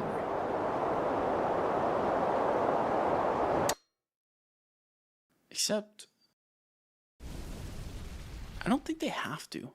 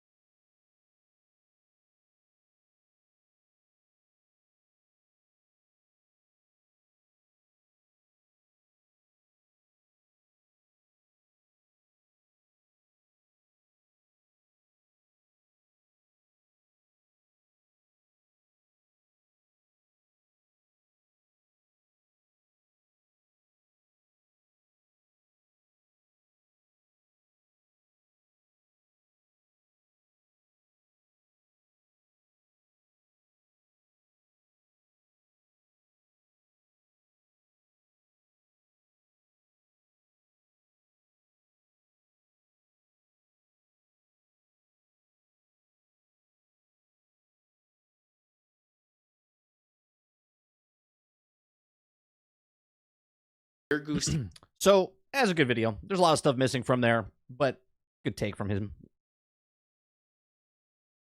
All right. Look, I don't think gaming is in a bad state, right? Like, yeah, kids still get excited for video games. They're kids, right? The difference is, though, I think socially, right? It's completely different, right? It just is, right? Kids still get excited and stuff like that, but they also, I don't know. I'm trying to think of. I don't want to put a blanket over everybody, but it feels less. What's the word I'm looking for? It feels less. I can't even think of the word I'm trying to say. It feels like the kids and stuff that play, like for instance, my son plays with a bunch of his friends and whatnot. They don't communicate like we did in the past, and that's a 30,000 feet looking up at an outside, right? I'm not listening to every conversation they have and whatnot, but it's just different, right? The attention spans are different. The pride in taking something that you have and playing it. Like if you give a kid a game, I used to play that game for fucking months because that's what we had. Now, because it's easy, you don't really care about the game like in Game Pass or PlayStation Plus or Luna and stuff like that. That type of subscription model, you can just swap games left and right, which is different than if I had to pay $7 or $10 or $3, whatever it was, for your local Blockbuster or Hollywood Video, because you still had to go and get that game, and for the 3 days that you had that game, you like cherish that game. Now they just kind of just blow through it or change games or swap games because they don't really care. They don't have social interaction with people because everything is to protect, right? To protect, even though to protect, you have to let them interact with people so they learn, right? I'll go back to the analogy of dogs, puppies, and kittens when they're born, right? As they grow up in a litter, the brothers and sisters will bite each other, right? That's social interaction. They'll bite each other and know that, ow, you bit me too much. Now you know that's something you don't say or something you don't do, okay? And they go back and forth with each other, and they learn. And that's how they learn. That's missing with kids playing video games and stuff today because there is no banter of back and forth between that because there's walls put up because we don't want them to be we want them to be protected because someone might hurt their feelings and whatnot. You know what I mean? So it's a completely different as that part of gaming. As far as the game systems and stuff go, yeah, I give my kid a game system. He'll be like, oh my God, right? Because that's just what kids do.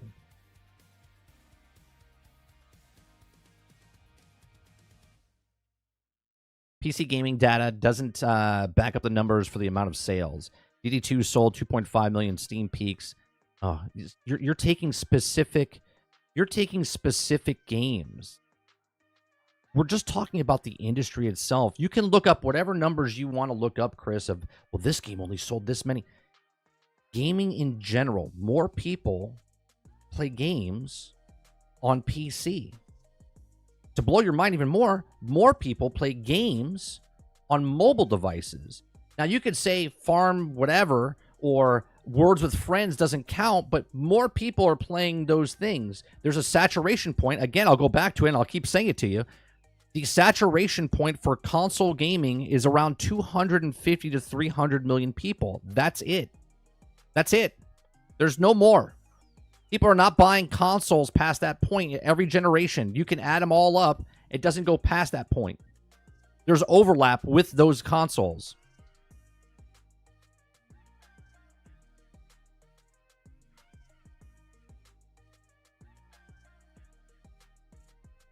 The world changed for everything, not just gaming. Sure, but we're talking about gaming. That's the conversation we're having, Paul.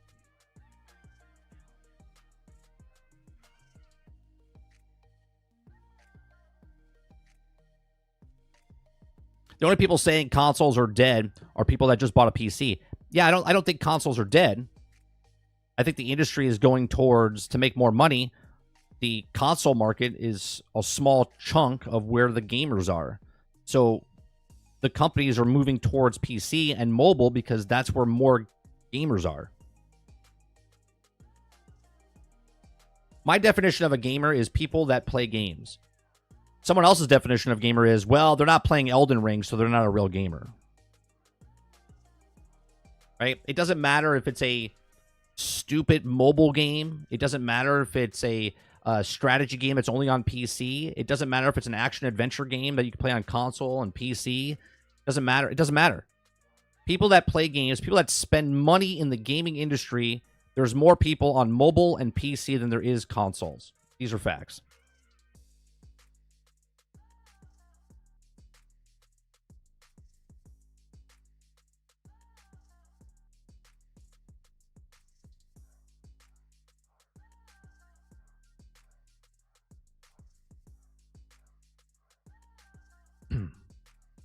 Eligible PCs that perform at the console level are different.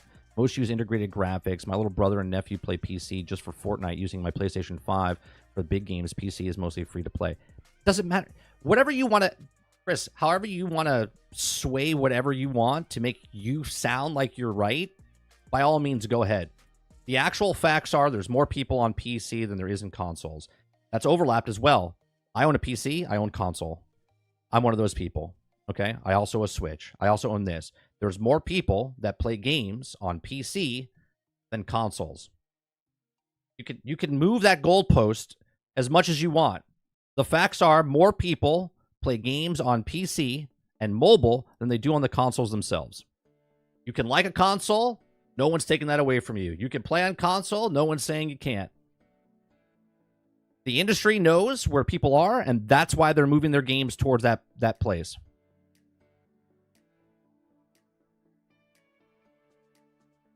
Lorker says that the console cap is 300 million. If you count Nintendo, that's more than enough to sustain the ease for console gaming. The big three, fifth for 250 to 300 for one to win has to lose. Right. Remember though, the highest console this market that's selling is the Nintendo Switch, which is 140 million, right? 140 million units right now. And those people also own one of the other consoles or also own a PC. Okay. There's overlap there, like I said. So people that own a Switch potentially own also a PC. They potentially also own a PlayStation, or they potentially own a Xbox, or they potentially own all three. The saturation point is 250. Xbox, PlayStation, and Nintendo were fine up until a couple years ago. Nintendo's still fine, right? Because they're the leader of the actual industry as far as consoles being sold and software being sold, right? Xbox, not so much. They have 25 million of this console sold, okay, between the S and X. And now with Game Pass, there's more people playing Game Pass than actually own a system. Okay, more people own Game Pass than the actual system sold. Meaning more people are playing it on PC, which was a stat that at the time when it was 25 million people that had Game Pass, 15 million of those were on PC. Okay? 15 million of those were PC, 10 million were on console. And that's console on the X, S, and Xbox One.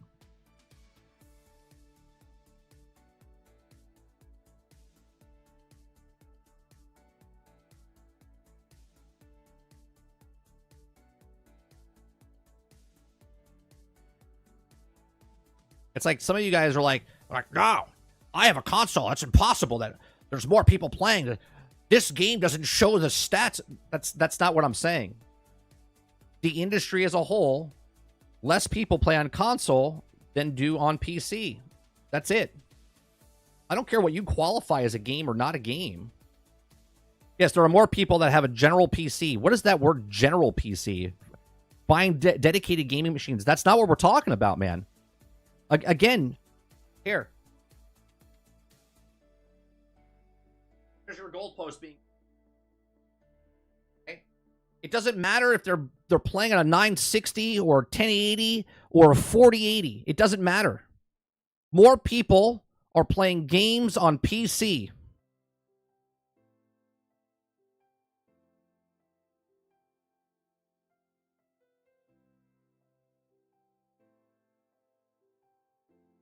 Yes, there are more people that have general PCs and buying dedicated gaming machines. If we were talking about gaming, we shouldn't use every piece of hardware. Chris, this conversation is going nowhere because you refuse to get past your head that you're talking, as Water's saying, gaming is gaming is gaming is gaming. That's it. That's all we're talking about.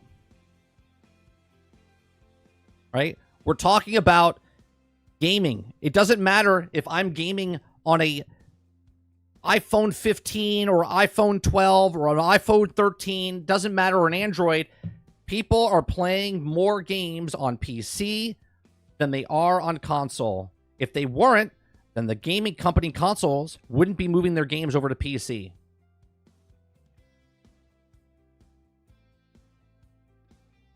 I can't afford a PC is proving? Proving what, Nate? That more people are not playing on PC?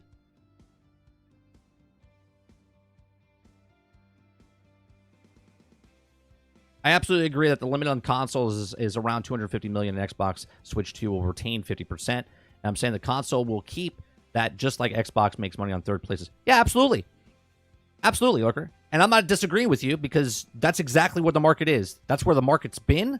It's never gone above that. Even when PlayStation sold 150, 160 million, that's their peak. They'll never sell more than that. Even if the PlayStation 5 sells 200 million, that is the peak. There is no other gamers that want to buy the console, right? Because there's always a fluctuation of people that are coming in that can afford or buy it themselves, or they stop gaming completely and then a new batch comes in. 3 million people a day are playing League of Legends, Dota, and CSGO. You don't need a great PC to play those games, and it's free to play them because you don't have to pay for PC Online. Right, Eclipse. Machiavelli says most gamers on PC pirate than owning games. I don't know the stat with that, but does that matter? Or are you just adding to the more of the thing of more people play on PC? Because it doesn't really matter, right? I could say that more people buy secondhand on console than they buy new. I mean, what does that mean? There's still that 250 to 300 million people buy on console. Play games on console. 1.5 million people play games, not a specific game, games on PC.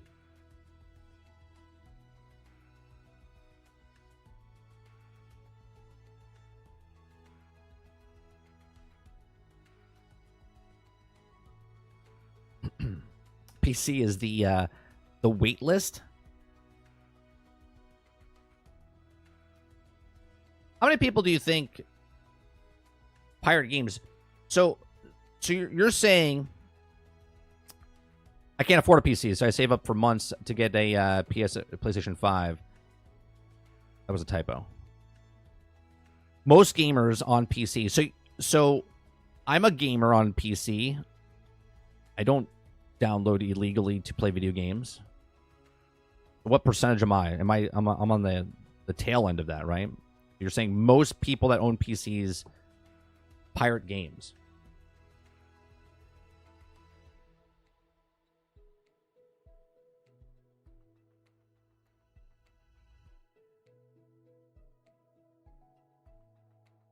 Yes, I'm getting a used PlayStation 5 and still $400.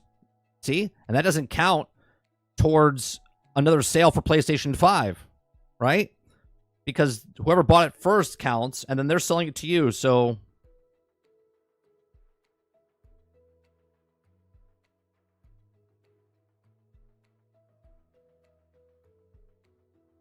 some gamers. Okay. Well, that's a big difference. Most gamers and some gamers are completely different. So many games on PC will never touch console. Right. Doesn't take away from the stat of more people playing games on PC. Exactly, Lurker. Like I don't understand all these like little things that people, right? The facts are there's more people playing games on PC. That's it.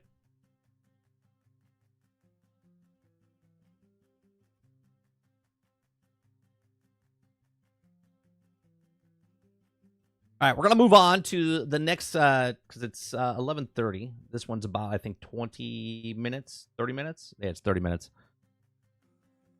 Minesweeper Lives Matter. Well, it doesn't count if you play in the browser. It doesn't count if you're playing them through the browser. You have to physically install it onto your. Oh wait, you're still playing it on PC.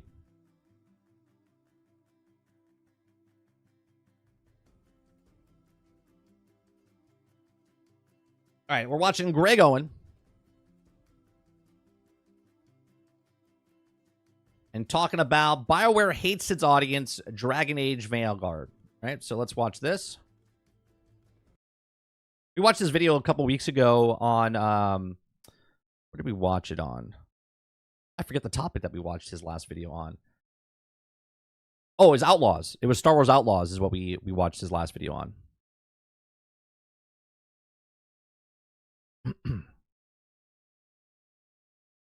They pirate games and then cry when the dev team loses its job. Machiavelli says, "Do you think handheld consoles like Legion Go will be a standard of handhelds? Will replace PCs?"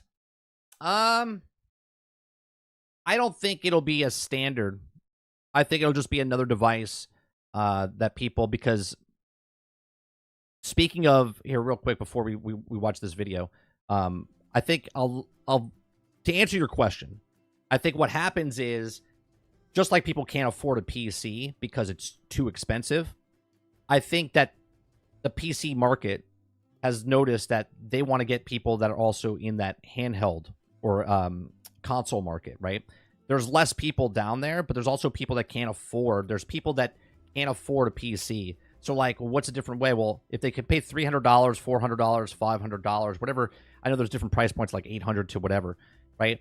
They're trying to get some of those people. But again, there's overlap there as well. People that own a Switch or a PlayStation or an Xbox are also going to buy a Steam Deck, and they already own a PC.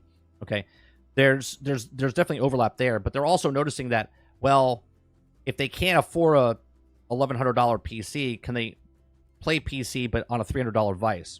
Sure. They're going for that market as well. I don't think it'll be a standard. I don't think a lot of people want to walk around with the handhelds because of, yes, it's convenient, but too battery life and stuff.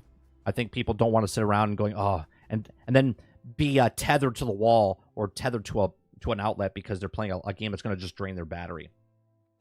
I don't think it'll be a standard. I think it'll just be another accessory for people to do. Japan says otherwise? Sure. Japan's just Japan, though. Right? It's not happening everywhere else in the world, Travis. They also play on mobile phones.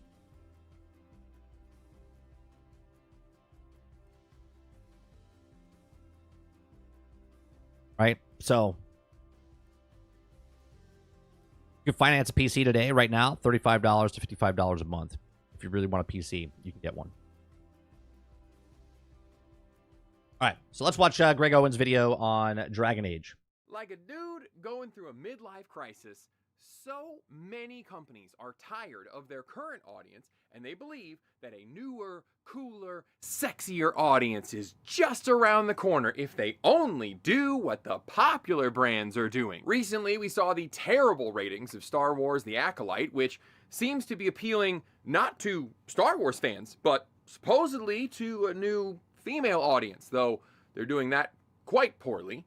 A brand that did appeal to female audiences very well was Netflix's Bridgerton series, a proven literary success that printed money for them because they simply had to tell the story that already worked.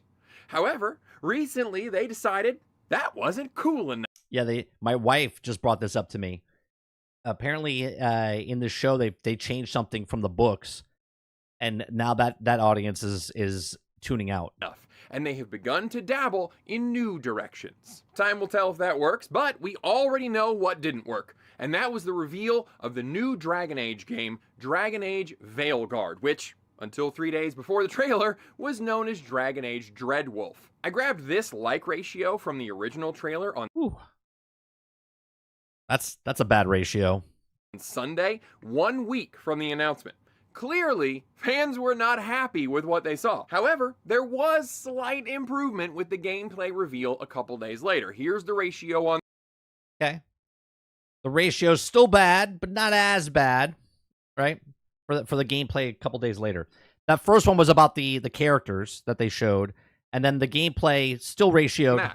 It's not great, but it is better. So I got that going for me, which is nice. What's interesting to note is that as of Sunday, the gameplay video had 2.9 million views, while the first trailer had 1.9 million. This might be due to the trailer also getting shown on other showcase channels like Xbox, but I think it's also a signal that gamers value gameplay far more than Oh yeah, we want our gameplay, man. Show us gameplay. Purely cutscene trailers. Since the Summer Game Fest trailer, we also got 20 minutes of gameplay, which looks... well, we'll get to it. And there is also some news involving the game's director and the direction he feels the series should go. There are also some positive bits to point out. It's a lot to cover, but before that, would you kindly press that like button? Or don't, that's okay. A man chooses. Pro YouTube move. I am too old for gamer fuel. I get my caffeine in more traditional ways. That would be Folgers and my new cheeseburger cup, which my loving wife picked up from Hobby Lobby. Well, E3 is in the shadow realm now, so this month kicked off with the Summer Game Fest, a loose collection of publisher direct presentations. Sadly, with E3 being gone, that means Devolver Digital can't do crazy stuff like park semi-trucks just outside of the venue because they weren't paying those stupid convention prices. You know, Devolver is like the A24 of games. There are some weird titles, but real gems in there. And their direct is only 20 minutes long because it didn't require a live orchestra. Right. Ubisoft, right. The most pretentious Just showed games, showed gameplay. Anyway, at the Xbox showcase, which set a fine tone when the second announcement was a... Nate says, Sarge, my daughter wants a PC. I think a lot of her friends have one. That goes to my point, Nate, as I said earlier, right? When one person gets something, all the friends want to fall in line, right? Dad, Mom, can you buy that for me? A new Doom Dark Ages, which looks like the doomiest Doom that has ever doomed. Yes, that is a rifle that fires skull shrapnel. Yes, that is a shield with a chainsaw on the rim. Yes, it's releasing in 2025, but already looks 10 times more polished than AC Shadows, which is due in November. Sorry, got sidetracked. We're talking about this stupid-looking hero shooter that got announced a few minutes later. Except it's not a hero shooter. That's right. This isn't Overwatch 3. This isn't a new Fortnite. The way they marketed with these characters in that video, it 100% looked like a looter shooter. Not a looter shooter, a hero shooter.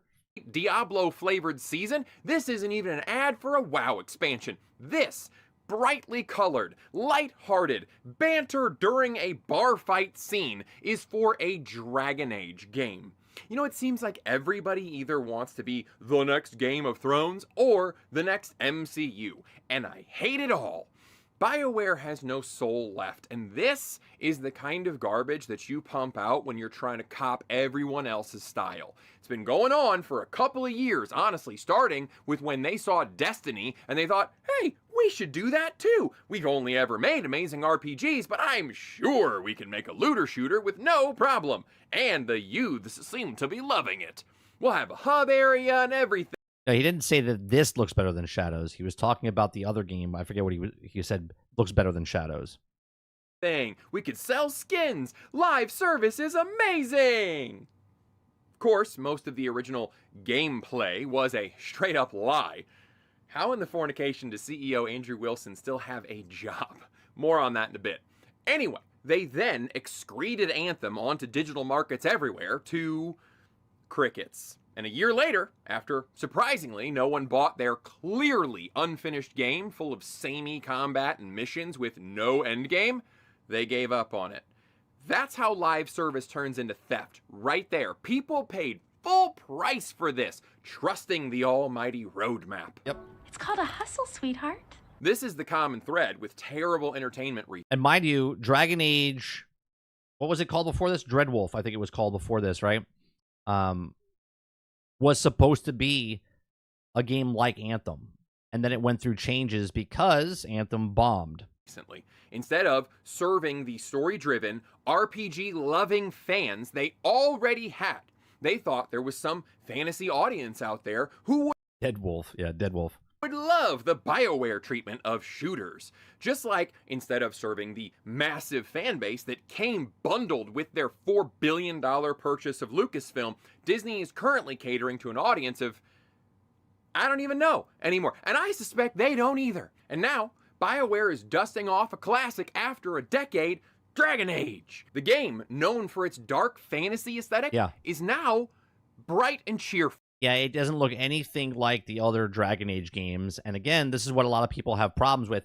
Now, I am not a huge Dragon Age fan. I played the first 2 games, didn't play the last one, right? And I think the game looks like visually pleasing, but at the same time, it doesn't look anything like the art style of what the other games are, which it's not supposed to be, apparently. The game, known for its grim, gritty characters, is now quips and banter. Yeah, it's like Marvel's Avengers, right? They turned Dragon Age into Guardians of the Galaxy or Marvel's Avengers type of stuff. Then I'm not talking about the game. I'm talking about the style of it and the way they write, like the movies, not the video game Marvel's Avengers.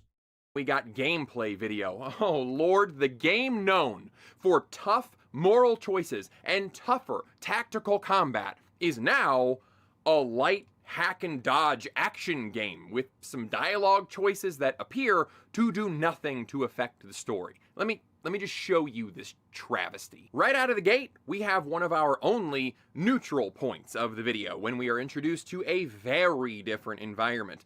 This fantasy game is darn near steampunk. We've got a floating Big Brother fortress that's shining police lights on people. We have neon lyrium lights. Minrathous is unlike anything players have seen in Thedas, which might be one of the few pluses about this game, depending on, how you get to explore it. The gameplay... Right, which they didn't show us. They showed us a very, linear, go down a row. They didn't show anything. They didn't even say anything if it's, more open world. Type of stuff. They just showed us this very linear town. Slice doesn't make it seem great, though it's not exploration time. The Fade is, being torn open here. However, and I'm gonna have to repeat this a few times, this is what they chose to show us. I agree. They showed us something that didn't give you the best light of the game.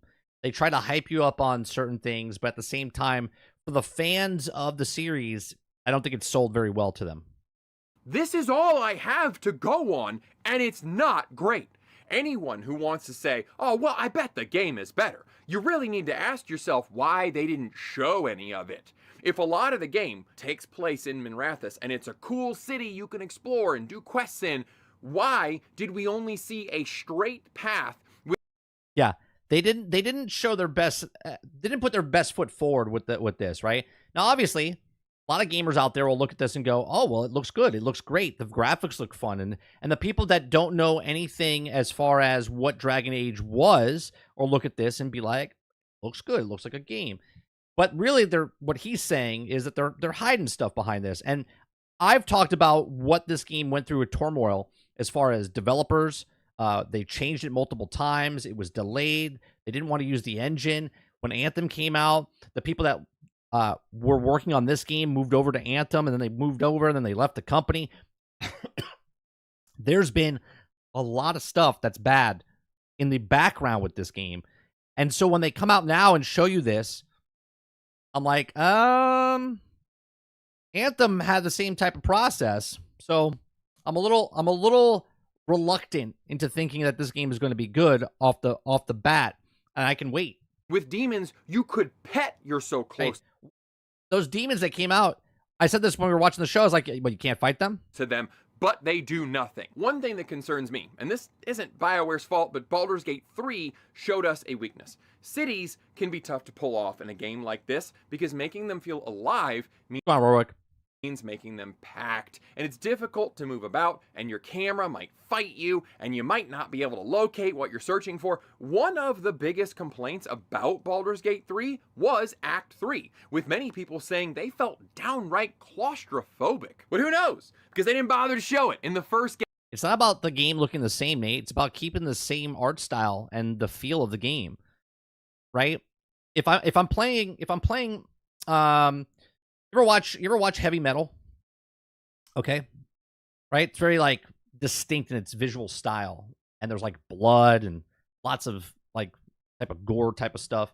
Then all of a sudden, you played 3 games of that. And then all of a sudden the 4th game comes out and it looks like My Little Pony.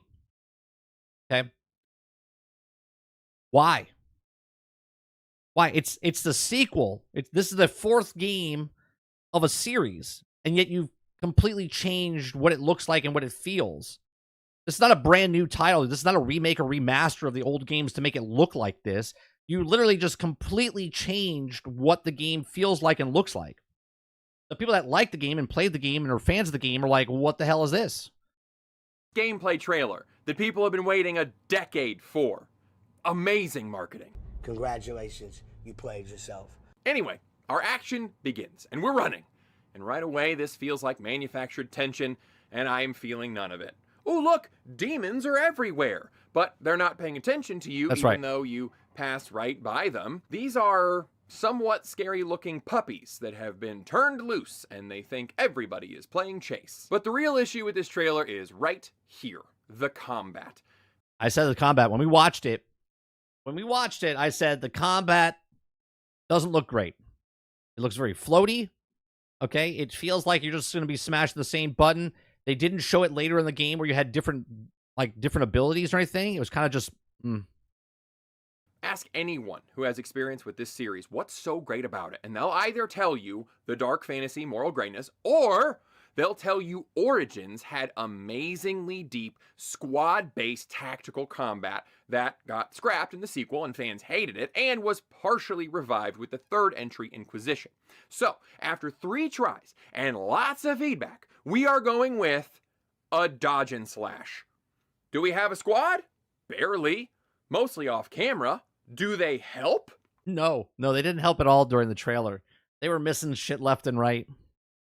Doesn't look like it. So, it's just you hacking away at these enemies who are very politely waiting their turn while you bounce around like Philip, the hyper. I'm hypoglycemic and hyperactive. They said the name was changed from Dreadwolf because they wanted to focus on your team, not the villain. Where are they? Where are they? Then they showed gameplay where you don't have a team. These other people are just kind of nearby. Here, we've got some more baddies who don't feel like attacking you. But wait, there is tactical combat. Every now and then you pause and you pick this single skill. This is the dumbest thing they've done in the preview. Okay, they want to keep secrets, right? But you're showing off gameplay, and they only showed one skill. Put the 3 first basic ones or something. Show me something different. You showed us nothing. You're like, okay, great. You got this one cool skill. All right. Let's see how it plays out for them. The screen looks like you're going to have more choices. I'm going to show you gameplay, but I'm not going to show you gameplay. This is later, but again, this is what they showed. It looks more fun than other games. Nate, did you play Dragon Age 1, 2, and 3? Honest question. Did you play 1, 2, and 3?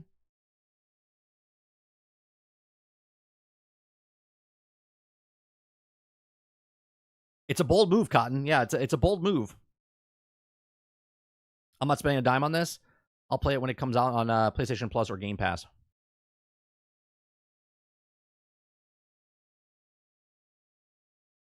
If you played a little, not all the way, I have Origins. I tried. Here's the thing, right? So you're saying that you like it, and you're allowed to say that you like it, but you also didn't play it, right? So the people that like Dragon Age 1, then supported 2, then supported 3, right? And are in. They're in. They want this story. This is their Lord of the Rings. This is their Doctor Who. This is their Star Wars. This is their franchise that they like, that they've been playing over the years. And then the 4th one comes out and looks nothing like the other one. If they want to go get new players, and apparently you're one of them, and then the game comes out and bombs and fails because there's less of you than the people that actually bought 1, 2, and 3 and played it and love it, know the lore, we'll see how it plays out, right? Because if they're going for a new market and shitting on the old, that's a bold move, right? So, we're not showing off a lot of game mechanics. There's no commentary or anything here. Are you getting Anthem vibes yet? Hey, did you know that team didn't know what their game was going to be called until just a couple of days before their trailer came out? That's right. They had to write additional story to fit the name after they decided on it. Jason Schreier did a full autopsy a couple years ago. It's fascinating. I'm going to link it in the description. When you read it, and you should, it will make you extremely pessimistic about this game, because similar development issues are plaguing this team. Anyway, these guys are half-heartedly fighting you, and the enemies here are, they're just so polite, they even have bright yellow arrows to let you know where their magic is about to go. Look, I don't believe that every game needs to be Dark Souls, but more games are getting this kind of boring combat because the enemies have no AI, they do no damage, and you just need to mash attack. The encounters really feel like they're just time. No, what they did with Inquisition, Alien, is they changed the gaming engine. And people hated that they changed the gaming engine because they wanted to use the Frostbite engine with Inquisition. That was the biggest problem with Inquisition. Inquisition didn't sell as well as the other ones as well, right? That's the third one, if I'm not mistaken, right? Inquisition was the third one? Time padding. Oh, there are also environmental puzzles to solve. Here, check out this barrier the enemy set up. Looks like the Venatori put up a barrier to block the way. You see that? You can't just mash attack in this game. You really need to think about what you're doing. But there's also a boss fight, a pride demon. Wait, is that a pride demon? Kind of looks like the other demons, just larger and without the cloak. Is this why the game took a decade? Because we were redesigning existing enemy. Now, see, I'm assuming Greg is a fan of it, right? This doesn't look anything. They redesigned a character that was already in the game. Alien says, oh yeah, the infamous Frostbite engine. I'm just happy that the next Mass Effect game is being made with Unreal 5. Yeah, so they changed, and this is a problem. This is why this game has had so much problems in the background as well, because this game was supposed to be like Anthem. It originally turned out to be, it was supposed to be a co-op, multiplayer, live service game when it was called Dreadwolf. And it was using the Frostbite engine again.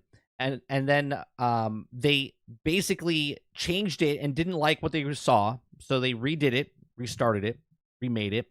Then they did what you see here. But how many times between their first rendition and this one have they changed it over the years?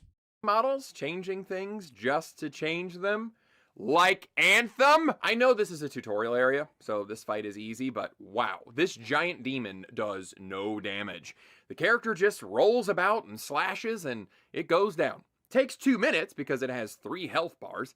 Okay, that's what they wanted to show you, I guess. World premiere after a decade. All right, so the combat looks generic, but don't fear. This is BioWare we're talking about, okay? The writing at BioWare is what sets them apart. The characters, the story, these guys are the pros. Nope. Now they're the Marvel's Avengers.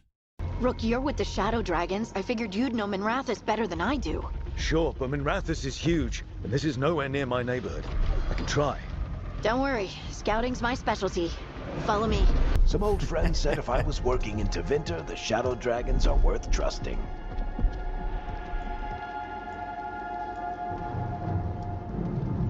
We haven't got a lot of time.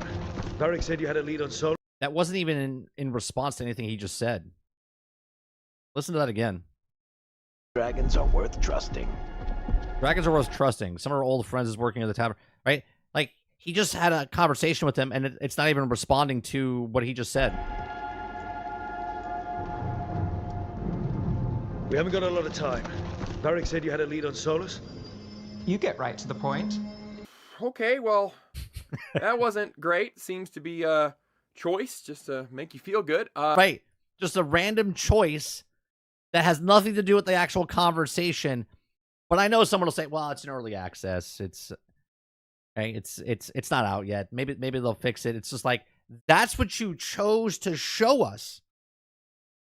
Someone had to review this and see it before they put it out there for people to look at. But wait, who's that new companion? I bet she's interesting. Varric, hiding. Not the worst timing. We thought the Venatori had kidnapped you. They thought the same thing. Oh, we're doing MCU quips in the middle of... There you go. There you go. The MCU quips. He said it. That's exactly right. The writing feels like a Guardians of the Galaxy, or it feels like a Marvel's Avengers type of dialogue. A battle. That's choice, okay. But BioWare is a big company. They've got EA backing them. They got deep pockets, so I know they hired really good voice actors. I know these trees. So who's wrong? The wrong one? The person who recorded the gameplay or the people that approved it? Everybody. Everybody across the whole board is wrong, right? This is a showcase you're showing for the first time, and the dialogue is terrible, okay? The fight didn't look very good. The gameplay doesn't look like a Dragon Age game. You completely changed what it is. Like, you could have literally said, this is a remake of Dragon Age. We're telling a different story. This is an alternate timeline. This is a separate game, separated. It's not the continuation of the other Dragon Age games. They could have done 1,000 different things. But nope. They said, we know our fan base. We know our fan base. We've made these other 3 games before, and now we're going to show you this one. We know you're excited. Here it is. This is Arlethan Forest. And there's your ritual. The power involved. I've never seen anything like it. We have to stop this demon quickly. What? No. Stepping into all that raw magic is suicide. I'm pretty sure I could frame a house with that delivery. Okay, she sucks. Oh, man. Yeah, the dialogue is bad. Harding isn't much better, but that doesn't matter if they're helping you take down demons, right? Oh, these companions do nothing! They don't even have a health bar. Enemies don't target them. You don't issue commands. They do basically 0 damage. One of your hits is equal to probably 10 to 12 of theirs. Later on, we see Nev doing magic. We see little snowflake visuals, but it doesn't even seem to be slowing the enemies down or doing anything. It doesn't do anything. But again, let's protect him again, right? Let's protect BioWare again. This is early preview. Maybe it'll get better as the game comes out. I'm sure it won't release like this, right? I'm sure that the characters will do more damage and the dialogue will be better and the fighting will be better. I'm sure all of this will be fine. I'm sure. Sure. Okay, all right. They said the story is supposed to be about them, though. How am I supposed to interact? Boys and girls from far and near, you're welcome. Solarus needs someone to sell him another option to help him justify changing his mind. This is a mistake.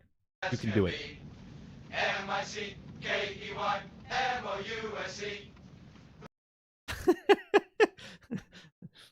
Who's the leader of the club? Oh. Some dialogue choices raise or lower an approval score. Probably for eventual boning purposes. That choice did nothing to affect the story, by the way. Varric still goes to Dr. Solus. They inserted that little choice solely so that you could raise or lower your companion relationship scores. BioWare isn't listening to player demands on combat, but the director made sure to focus on companion sexuality. That's right.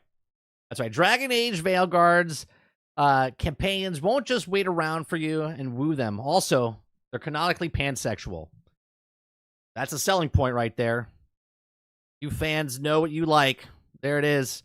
Let's market it. More on that in a minute. Okay, so the name got changed from Dreadwolf, probably because the big build-up to Solus goes nowhere, and he's not as big of a bad as he seems, right? I don't know. He's opening the fate. He does seem very powerful. I definitely couldn't stop him by hacking at a wood beam 4 times and then have 2 people push on it, right?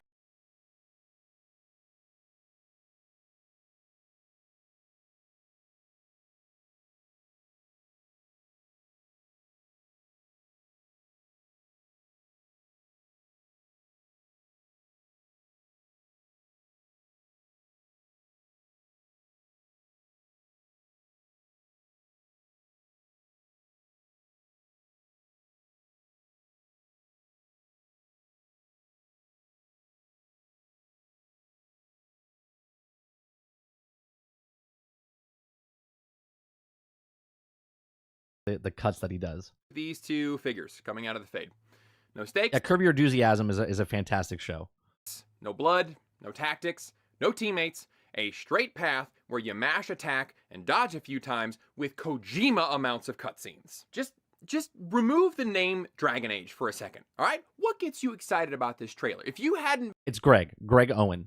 been told it was Dreadwolf or Veilguard or whatever, Would this gameplay make you want this game? Because I'm looking at a generic action adventure that is basically on rails with nothing that makes it stand out. Yeah. You could have literally taken this label of this game and put anything you want on it. This could have been a brand new franchise, nothing attached to Dragon Age whatsoever, and everyone would have been like, oh, this is a cool looking game. What is this, a brand new IP? Right? Same. This is a Mortals of Avium, right? It doesn't really matter. Like, just take the brand of Dragon Age, take it off, name it something else, and I think this sells a lot more copies. From any other generic action adventure on rails. This is so boring! Okay, before I continue to crap on this game and its parent company EA and its director, let's take a breather for some positives, because there are some. Since the original trailer and gameplay, more information is dropping every day. Awesome. The gameplay seeming to be on rails is not an accident. In a recent interview, the game's director said the game will be mission-based, not open world. Okay, so no open world. Okay, didn't know that. There you go. So we know now. Open world, so it's on rails basically the entire time, mission-based, with no fetch quests or busy work. You're going to be gathering shards in the hinterlands. So this is going to be a short game, basically. This is going to be a very short game. So no fetch quests or busy work. So basically main story, on rails, get through it. And you can revisit mission areas. Quote, you can go back, solve mysteries, do some really great side content. Not fetch quests, not grind quests, some really great side content. But I want to be clear. What does that mean? Some really great side content. All quests are... We've already had this conversation. All quests are fetch quests. The only difference between when it's a good fetch quest and a shitty fetch quest is the dialogue, okay, that you have and the story that makes it feel better or disguises it as a fetch quest, okay? All quests are fetch quests. Go here, kill this guy. Go here, collect this thing. Go here, do this thing, right? Like, it doesn't make any sense to say that there's no fetch quests. All quests are fetch quests. Clear, it's a really curated, handcrafted experience. Honestly, saying the right stuff here. Continuing on, we spent a lot of time listening to what you all said. And of course, everybody has slightly different tastes, but you're not going to be gathering shards in the hinterlands. Oh, not going to be gathering shards. Everything is built with intention. Now, that does sound pretty good, especially compared to the grindy nature of Inquisition. I put over 100 hours into that game because I am not able to ignore the side quest tracker. It got very grindy, and moving about the hinterlands was a slow process. In all honesty, between the mission-style gameplay and this action combat with the quick closing strikes, feels much more like Mass Effect than Dragon Age. And I don't say that with disdain. I greatly enjoyed Mass Effect, especially the melee build that I was rocking in ME3. Biotic charge in, knock down enemies like bowling pins, then lay about with my shotgun. It was darn fun. And I don't dislike this mission-style curated map idea either. Sure, Brain. Fetch quests are fine, and they can be good in the end game or mid-game, right? As long as the story's good, like you go in, you want to know what the story is. If it's just go collect this, here's extra bonus points, or yeah, that gets monotonous and boring. It might be a breath of fresh air from the humongous but mostly empty maps we're seeing in a lot of games right now. Looking at you, Ubisoft. What gives me pause is the hallway-esque nature of what we saw in this gameplay. A linear mission is all well and good, but that video took the term linear a bit literally. What I think will give Dragon Age players pause is that they wanted Dragon Age, not magical Mass Effect. That's exactly right. They want Dragon Age. Dragon Age, the Veilguard, is almost the total inverse of Mass Effect's big action, minor RPGs split BioWare lead explained. This article claims that it will be the full reverse of Mass Effect, where it's light on action, but heavy on roleplay. That sounds cool, it's just not what the trailer showed. Just like this article, where the director talks about the combat system and how deep it is. I'm going to link all these. It all sounds great. We didn't see any See nothing. of it. We saw nothing. Now, more points go to House BioWare, as the director said there is a built-in feature to recap the story and input your decisions to affect the world state you left off in Inquisition. That means I can pretend that I didn't sacrifice Bull's men for the sake of the Alliance and the strength of my army. I was trying to save the world, okay? But this is huge news, because the director said it's important to us that this is built into the client. You can play this game entirely offline. All right, well, that's good. You can play this entire game offline, so then I don't need to buy it day one. I'll pick it up maybe a year from now.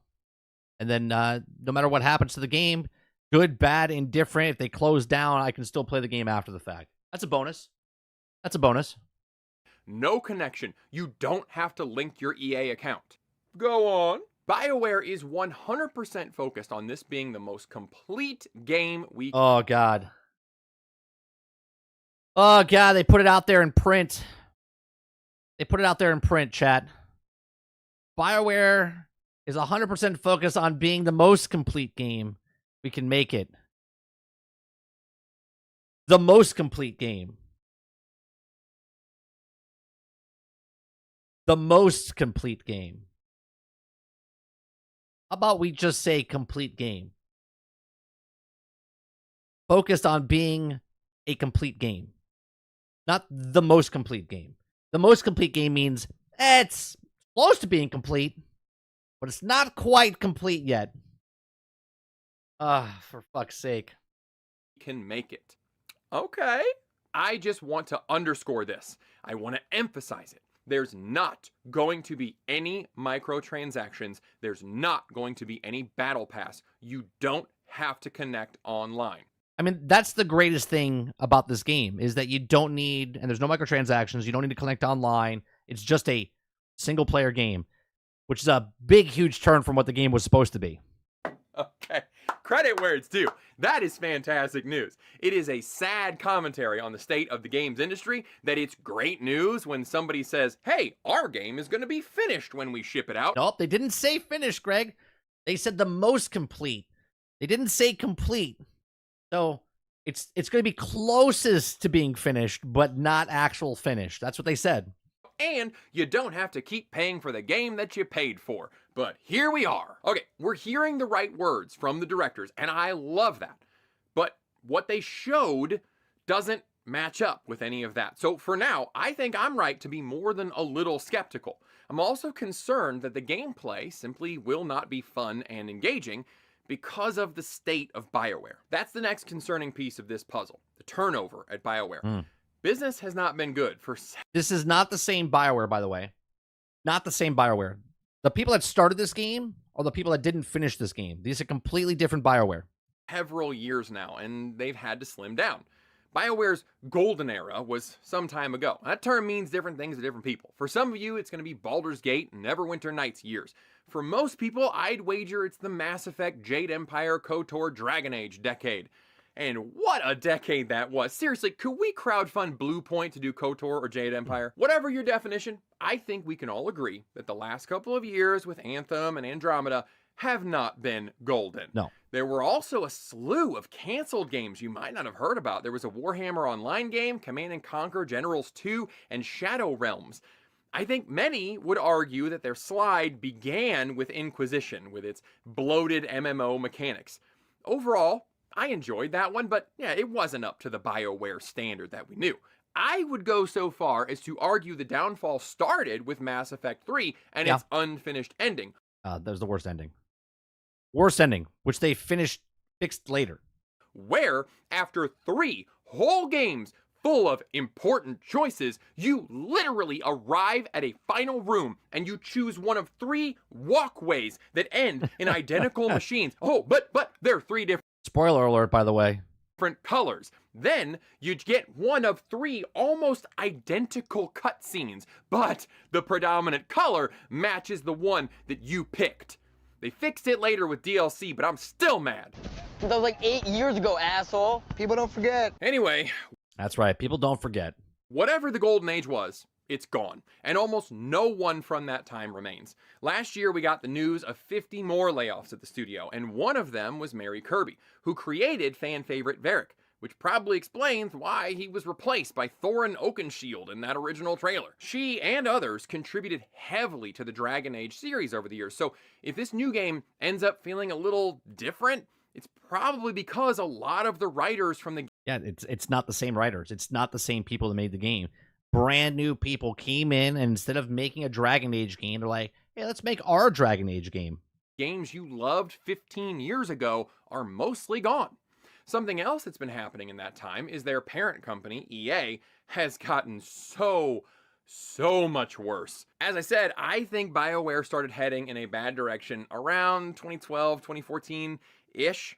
In unrelated news, Andrew Wilson became the CEO of EA Games in Android Wilson. late 2013. Here's a picture of Andrew. He looks like a Bond villain, doesn't he? If I was writing a story with a caricature of a fat cat CEO and I wanted... He looks like Handsome Jack from fucking Borderlands is what he looks like. He also looks like that guy, I don't know the TV show. There was a guy that had like this weird makeup on. He looks exactly like him as well. him to look bad, who quoted Ayn Rand as a response to everything. This is the guy that I'd want to cast. He just looks like the kind of guy who thinks games should be using that blockchain thing. NFTs are the... Oh, he is that guy. He is that guy, Greg.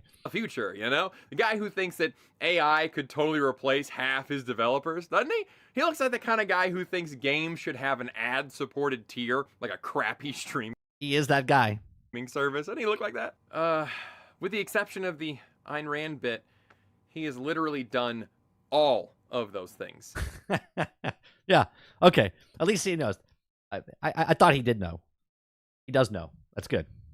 Yeah, in an earnings call in 2021, Andy said NFT and blockchain games are the future of our industry. Oh, yeah. This year, fantastic. He stated that using AI would help the company build products on a global basis at a faster rate and allow developers to get to the fun more quickly. He added, there's a real hunger amongst our developers to get to this as quickly as possible. I'm sure there is, Andrew. He also stated that EA is going to look into implementing ads in your games. In your games that you pay for and still have a cash shop, they want to put advertisements. But don't worry. They want to charge you $70. Right? Now, obviously, this particular game doesn't have microtransactions, but they want to charge you $70 minimum. They want to put ad support in the thing. They want to put microtransactions in it. Yeah. Andy said it would be a thoughtful implementation. Henry, thoughts? Like, how do I mock that? What quippy line or show or movie clip could I possibly insert right here that is a bigger joke than what this man says with a straight face? Stephen Wright needs to quit performing. He can't compete with this guy. Oh, EA is also the company that tried to rebrand loot boxes, which is straight up gambling that is marketed to children, psychologically manipulating them by creating artificial scarcity because kids, and most adults, still don't get that concept for digital goods. They tried to call them surprise mechanics, comparing them to Kinder eggs or Hatchimals. Thanks for the $5. Surprise! Yeah. You didn't get the rare armor you wanted, but you were so close. Want to try again for $5? It was almost complete. You almost got your microtransaction. More dollars? That is EA. The company that wants to put ads in games. The company that wants to sell you NFTs in games. That's the company that owns BioWare. And it seems like the game's director genuinely loves the Dragon Age series. And he's... Of course, Alien. It's thoughtful implementation. That's right. Proud to be offering an offline, no microtransaction game. But when you're owned, you don't always get to keep those promises. And I do not trust EA. So this game looks terrible. BioWare has been performing terribly for years. EA continues to get more terrible. And finally, we've got some very concerning comments coming from the game's director, Corinne Bush. So a couple years ago, BioWare did a blog piece about him, as they often do with their employees. There are two things about this post that really worry me for this game. The first being that he doesn't want to manage. The post says he's careful not to overstate the directorial role. Quote, game directors are sometimes thought of as big personalities who are singularly responsible for the purity of their creative visions. But for me, it's really about being a steward. I'm confused for a second, because the wording that he just said Okay, let me back this up for a second. Some very concerning comments coming from the game's director, Corinne Bush. So a couple years ago, BioWare did a blog piece about him, as they all. He just said the game director, Corinne Bush, and then he said a blog piece about him. Is that correct? Did I hear that correctly? Often do with their employees. There are two things about this post that really worry me for this game. The first being that he doesn't want to manage. The post says he's careful not to overstate Corinne Bush doesn't want to manage the directorial role. Quote, game directors are sometimes thought of as big personalities who are singularly responsible for the purity of their creative visions. But for me, it's really about being a steward for the vision that we as a team have collectively defined. I get a high-level view of everything as it's coming together and can steer the project as it does, but ultimately it's about empowering people to work together, play with ideas, offer critiques, and make decisions, all to help create a cohesive experience for the player. Aww, that sounds lovely. And that person sounds like a nightmare to work for. Look, I love the humble stance that he's trying to take here, and I hope that it's just nice sound. You need a manager. Hence why you're a manager. A director is supposed to manage the people that are working in the industry. You're supposed to get the respect of the people because you're in the ground. You're on the floor with them, right? You're doing the stuff that they do. You're the best person for the job. You're supposed to manage the rest of the people so they also make a great team. Hence why you need coaches, hence why you need managers, hence why you need owners, right? That make a good team so you can make a good product. So you can sell that product. Words, like it is an interview, you gotta say what you think sounds nice. Because if this is truly how the ship gets run, it's gonna sink. A director is a very important job. The buck stops there. Exactly right. So again, I hope this is just an attempt to sound amiable, because if the game gets made with this attitude of everybody just play with ideas. Yeah, just throw your ideas in the pot. What do you got there, Kevin? Why don't we make this person like this? That's fantastic. Let's give a big round of applause for Kevin. Kevin, thank you very much for your answer. Who's going around? Let's go around the room. Susie, what's your idea? I think we should have flying pigs. All right, let's put flying pigs in. Let's give a round of applause for Susie. Susie, thank you so much for your idea. We appreciate you. Yeah, who's next? Just make decisions. That's not going to result in a cohesive experience. If this is how he manages, then he's not managing. If this game ends up feeling like it was made by committee, this attitude is part of the problem. The other part is, the 10-year dev cycle and the high turnover. But there's another paragraph here concerning how he views this role-playing game as being inherently queer. While talking about what Dragon Age means to him, he brought up how you can be whoever you want in this game. Quote, as a queer trans woman, I have a... Okay. There you go. I have no problem with people in the LGBTQ plus community. I have no problem. I have a problem when people insert themselves into a product that was there before they got there. Okay? I have a problem when you insert yourself into the product that you're selling to push an agenda. That's what I have a problem with. Perspective on the games that not everyone has. Dragon Age has long been a place where LGBTQIA+ folks can see people like themselves, represented respectfully. It's inherently very queer, and it's such a rare thing for marginalized communities to have representation where we feel proud and powerful in how we're depicted. It's not inherently queer. It's not inherently anything. It's a role-playing game. Right. You choose how your character acts. That's right. And who they boink. That's right. I'm pretty tired of this retconning of history that everything was queer-coded or whatever. The showrunner for Bridgerton, Jess Brownell, which I mentioned at the beginning, is doing this now. A book character named Michael has been changed. This is what my wife was telling me about. She was like, why did they do this? To Michaela, and will have a lesbian romance with a woman named Francesca. Explaining the change, Jess said she chose these two because she identified with Francesca, who is awkward and introverted, and Jess, as a queer woman, identified with her. This was in a book. Now we're talking about Dragon Age, but now we're talking about Bridgerton, right? Bridgerton in the book was written one way, but now the person that's in the showrunner has changed something to insert themselves into a story that was already, oh God, for fuck's sake. Her otherness.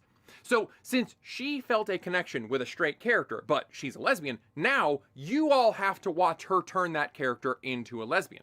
What about the introverted straight women who identified with Francesca and hope to one day find their Michael? That's what they identify with. They don't matter. Only Jess's version is important. The book was so emotionally inclusive enough to make her feel something. Nope. And that's why it's important to change it, you see? Corinne loved how open Dragon Age was, how it made him feel seen. Everybody gets to feel... Why can't they just, okay? Why can't they just... They could have taken this game exactly as they just made it and take it out of the Dragon Age timeline, out of the story. Why do you have to go back and change things the way they do? Why? Because they know that it won't sell on its own. They have to go back and bring in the people that were fans of this thing to then come in to change it. And then when they don't like the story, because honestly, they liked the story at the beginning because it was fun or whatever they liked it for, and now you're changing it because they're like, well, you're changing it, which is no longer, it's like fan fiction. It's fan fiction at that point, okay? And you're changing it, and I was like, well, I like it. I'm entertained by it. Fine. But you didn't like it before because you didn't play it before. You didn't watch it before. You didn't buy the stuff before. Now they're making it for you, which then segregates us, the people that liked the game before, and now they're changing it. But you're the problem. You're the problem. Feel seen in this role-playing game, and that's why he now needs to make it even more personalized to him. The rest of you can suck it. Makes perfect sense. And he is changing the companion system. They are all canonically pansexual now, which I had to look up, and nothing will make you... All right, let me just rewind for a second. Pansexual now, which I had to look up, and nothing will make you feel old like having to Google slang. What is a skibbity riz? Is it skibbity or skibbity? A pansexual is an evolved bisexual to account for the plethora of genders. They are attracted to everyone, I guess. You know, the word queer has gone through some changes. When I was young, it was a slur for gay people, but before that, it just meant odd or different. And we're going back to that original definition now, and even straight people are calling themselves queer because it's cool. They are literally just telling everyone, I'm different. I'm not like the others. That is the cringiest teenage cry for attention that I have ever heard. Corinne is focused on making the companions have agency. They are pansexual, not player sexual, so if you don't bone them, they'll bone each other.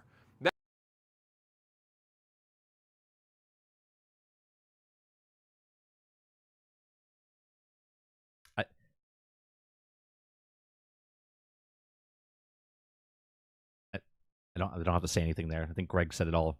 That is what romance options are in video games, by the way. You pick the right dialogue, you do some side missions, and then you get rewarded with a pornographic cutscene. The companions will also fight on their own with much less skill tree customization than you, main character Rook. You'll have to romance them, or at the very least befriend them, because increasing your relationship meter is the only way to unlock new skills for them. You can suppose... You have to bone them to unlock a skill. Nice. Issue commands, or, they'll just do their own thing. Honestly, it sounds boring and horny. More news and interviews are coming in all the time, most of it being the director telling us the game will have things that haven't been shown yet, but I guess... Like actual game. We'll find out more as time goes on. Most of what we're being told does sound really good, but what we've seen so far does not. So, what do you think? Are you excited about what you're reading? No. Are you excited about what you've seen? No. Are you ignoring all of it until full reviews come out this fall? Let me know what you think about this game and the Dragon Age series in general. I was ignoring this game before I heard this video because of all of the shit that went on behind the scenes of making the game. Just as a fundamental game the way you make a game. It showed red flags everywhere, and I was like, I'm not going to play this game when it comes out. I've been saying to you guys for, if you've been here long enough, for years, I said, be careful with Dragon Age Dreadfall, okay, because it's going to be a rough game. They've rebooted it a couple times, okay? I said the same thing with Skull and Bones over the years, and look what Skull and Bones happened. I said, do not buy this day one.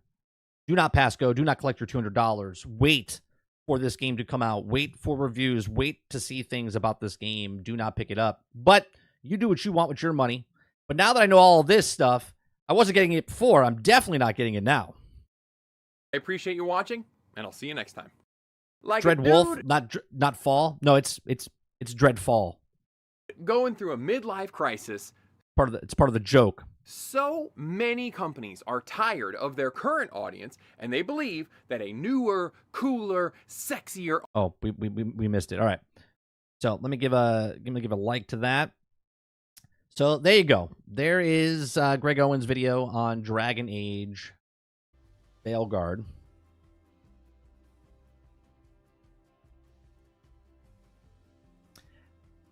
Look, we say it once, we'll say it again. We're not upset about the stories that you want to tell, okay? We're upset that these people want to tell stories within franchises that have already established and then want to change things to insert themselves into it, okay? It has nothing to do with not liking transgender or pansexual or anything like that. It's, we play games to get away from all this other stuff. We have franchises, Star Wars, Star Trek, Doctor Who, Lord of the Rings, Game of Thrones, right? The Witcher, Dragon Age, right? Mass Effect, whatever it is, whatever franchise that's already established and is already told, for you to come in to just use, right? To just use that name so you could sell the next game. And it's no longer what it was because you happen to be, right? Imagine me, just a guy, a straight white man, decided to want to redo Tomb Raider. But instead of Tomb Raider, I decided that Lara Croft is now called Lonnie, and he's a dude. And I change it because that's the way I feel. Because, like, just go make a fucking another game. Right? I don't need to change Lara Croft into someone else or what their sexual preference is. First of all, it's a fucking video game. Unless your video game is around the actual sex of the character, okay? If it's part of the story, sure. But to change characters because you feel something in real life about how you feel or you went through something, make a game. Make a game. Tell the story of your characters. Stop changing the characters and the lore and the stuff to make you feel like you're special. Alien says if you do that, you're just going to revive the Uncharted series. Yeah, I'm going to change Lara Croft to Nathan Drake, and then we're going to call it Tomb Raider Nathan Drake. But we'll call him Nathan Fake.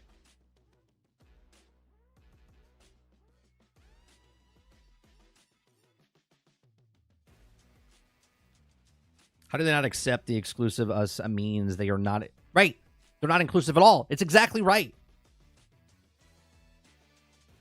You got the same sex relationship in CD Projekt Cyberpunk 2077. Don't remember them celebrating that. You know why? Because it's something special. It's just life. You're straight, want to be gay, want to both. Exactly. Don't use it as a promotional material of, this is going to be the greatest game ever. Because... of straight people are out of the game and this is the gayest game ever, or this is the gayest show ever, or this is the gayest movie. Like, stop. Okay? Just make the game. Stop making articles and reports of all the stuff that, well, this is the game and this is what we're changing to. And then when it fails, everyone's sexist, racist, and misogynistic. No, we're upset because you're changing the fundamentals of the thing that we liked before you took it over. Nathan Croft, that's good. Yeah, starring Nathan Croft. Like, you just if you have an idea, right? Like, say what you want about what's that game that comes out? It's like a storytelling strange life. What was it called? Life is Strange. Life is Strange. That whole game's thing, right? That's all about that stuff, right? Very successful for what they're doing. They've made multiple sequels and whatnot. That's an original story of characters that they've told, and people like playing that game. I'm not interested in that game. I don't play that game.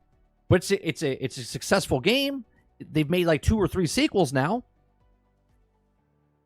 What's the problem? There is no problem with that. You know why there's no problem with that? Because they didn't change existing characters and franchises to make that game. Like I told you, we should be like a Japanese dude, gay now, back in giant monster killing. It's not a selling point. Yeah, it just, you don't need to use it as a selling point. If you use it as a selling point, then you're gaslighting, right? If you have to tell me that Transformers is coming out and Optimus Prime is now a bisexual robot, I'm out. Because Optimus Prime, up until this point, has been Optimus Prime. I don't care who he has sex with or anything like that, because one, he's a fucking robot.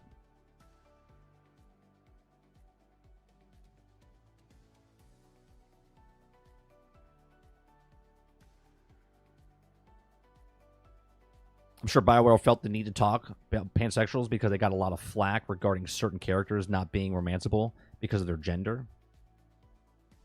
The fact that it's even a point, though, Alien.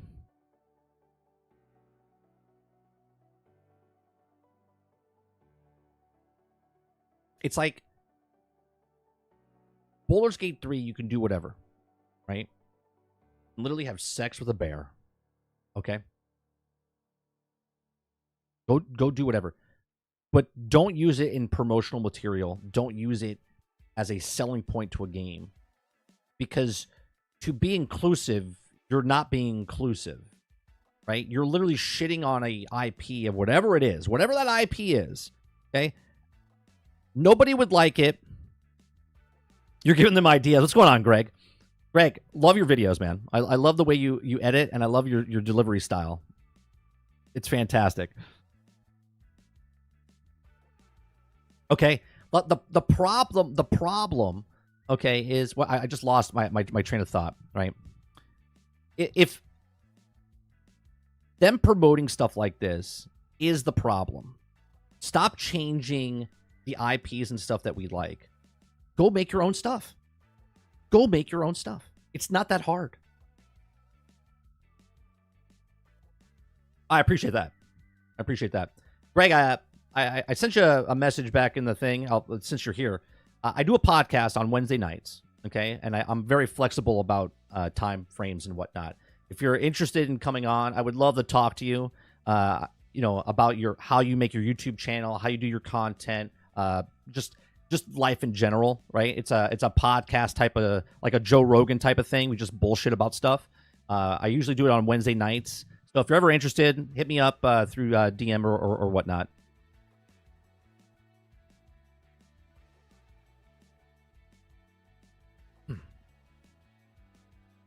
You've clearly not been around the Mass Effect community. Go take a look at the mods in Nexus, and you'll see. Sure, but that's after the fact, though, Alien, right? Like, if people want to make sexy mods, and like in Starfield, they want to make a Sarah super sexy, or they want to make it into something else, like, sure, go ahead.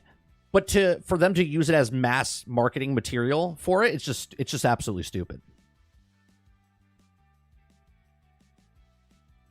Yeah, I'm very flexible. We don't even have to do it on Wednesday, Greg. So if you're not available on Wednesday night, I stream Monday nights, Tuesday night, Wednesday night, Thursday nights. I do a podcast with my brother on Thursday nights. If you want to do that, you can come on that show as well. It doesn't really matter to me. I'm very flexible.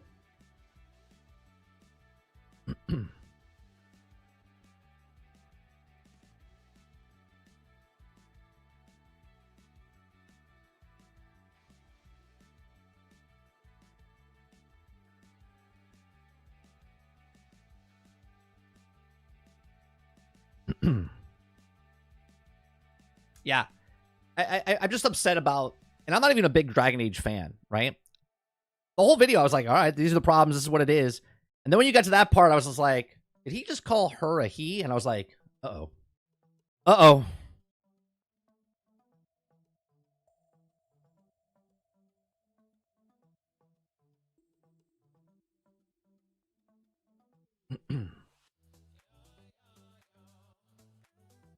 Yeah, it should be. Yeah, it should be X30 and still gaming, X30 and still gaming at gmail.com.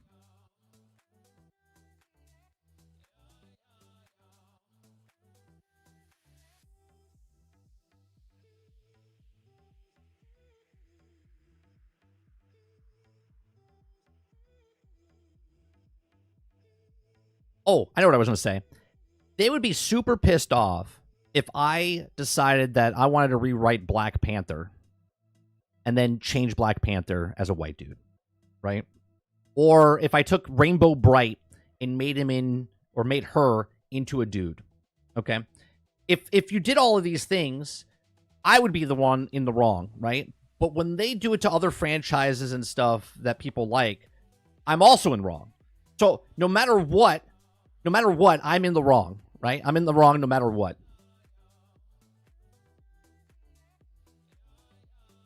Greg says, I understand that the part bothers some people, but something doesn't get brought up, and many women are also offended by that. Oh, absolutely. I have no issue about bringing anything up.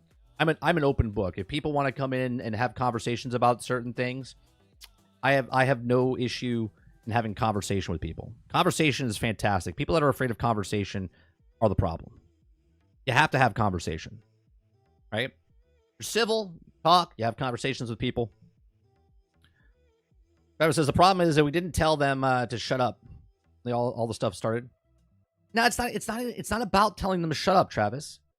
It's about telling them, look, just go make your stories. Just go tell your stories.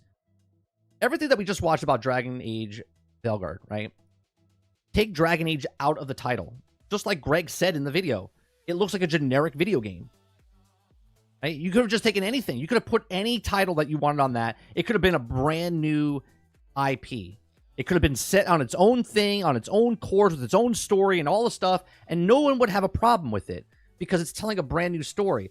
People have a problem with it when it starts to change the story of things that have already been set. This is not like it's the first game. This is game 4 of the series.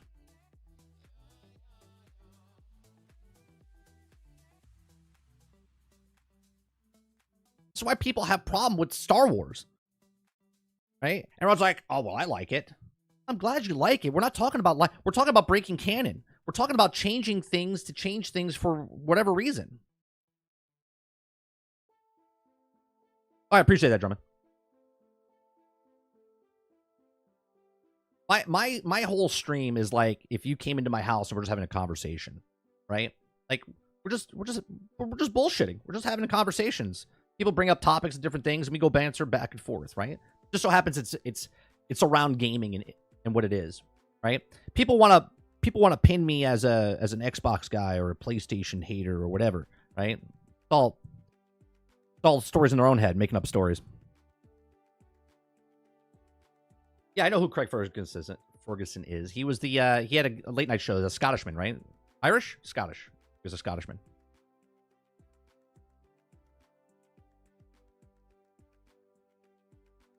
He was Irish. He was Scottish. He was Scottish. Yeah, I'll be interested to see what happens with a lot of these companies that go for that DEI money and whatnot, right? I love that meme with Jason Bateman from Dodgeball. It's just like, it's a bold move, Cotton. Let's see if it works out for him. Like, I love that because every time someone does something stupid in that way, that's exactly what I look at. Pops in my head. I'm like, well, that's a bold move. Let's see if it works out for him.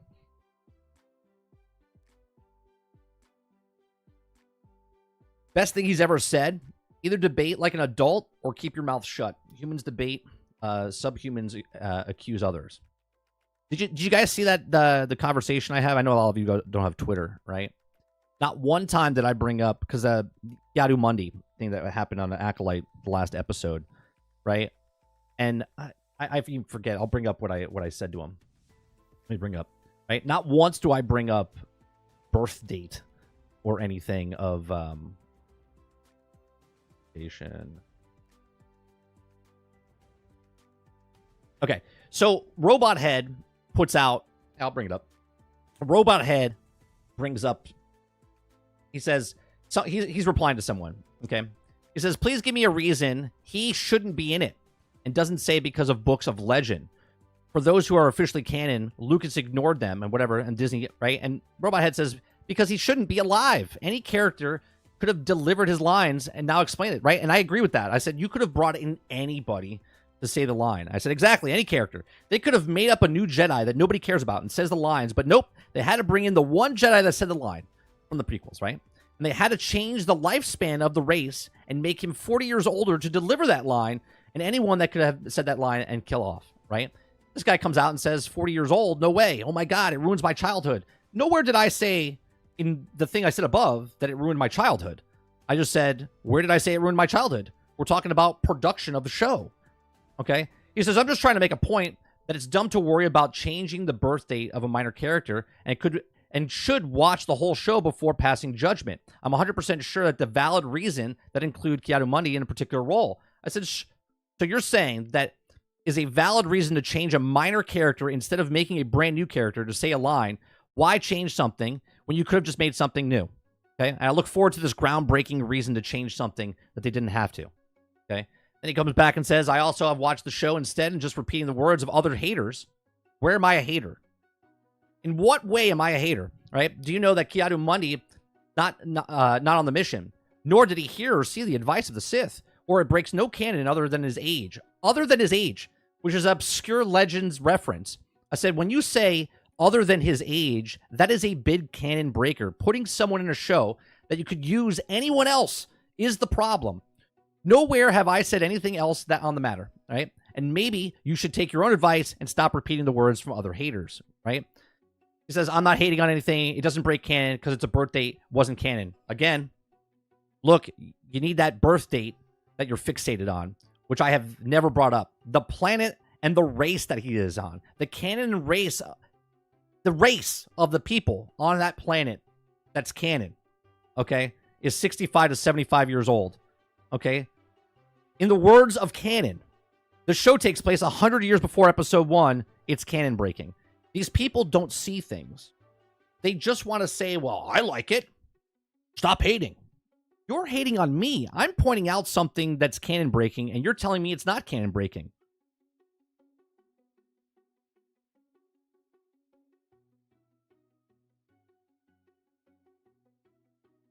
It was purely so the audience would go, hey, it's that guy from the movie. Now I know it's Star Wars. Exactly, Greg. Exactly. They brought it in for the sole purpose to go, oh, that's the guy that said the line. I said before the show even came out, I said, if they make this show too close to the... This is months and months and months. This is when we heard about the Acolyte. I said, if they make this show 1,000 years before, I have no problem. But if they bring it real close, and that line, the so-called throwaway line of, we haven't seen Sith for a millennia, right?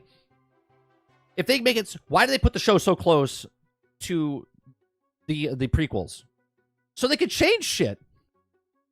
So they could change and shit on every character possible that's in the original trilogy because they're not allowed to change that. They're not allowed to touch those characters, but they can fuck up those characters in prequels and whatnot.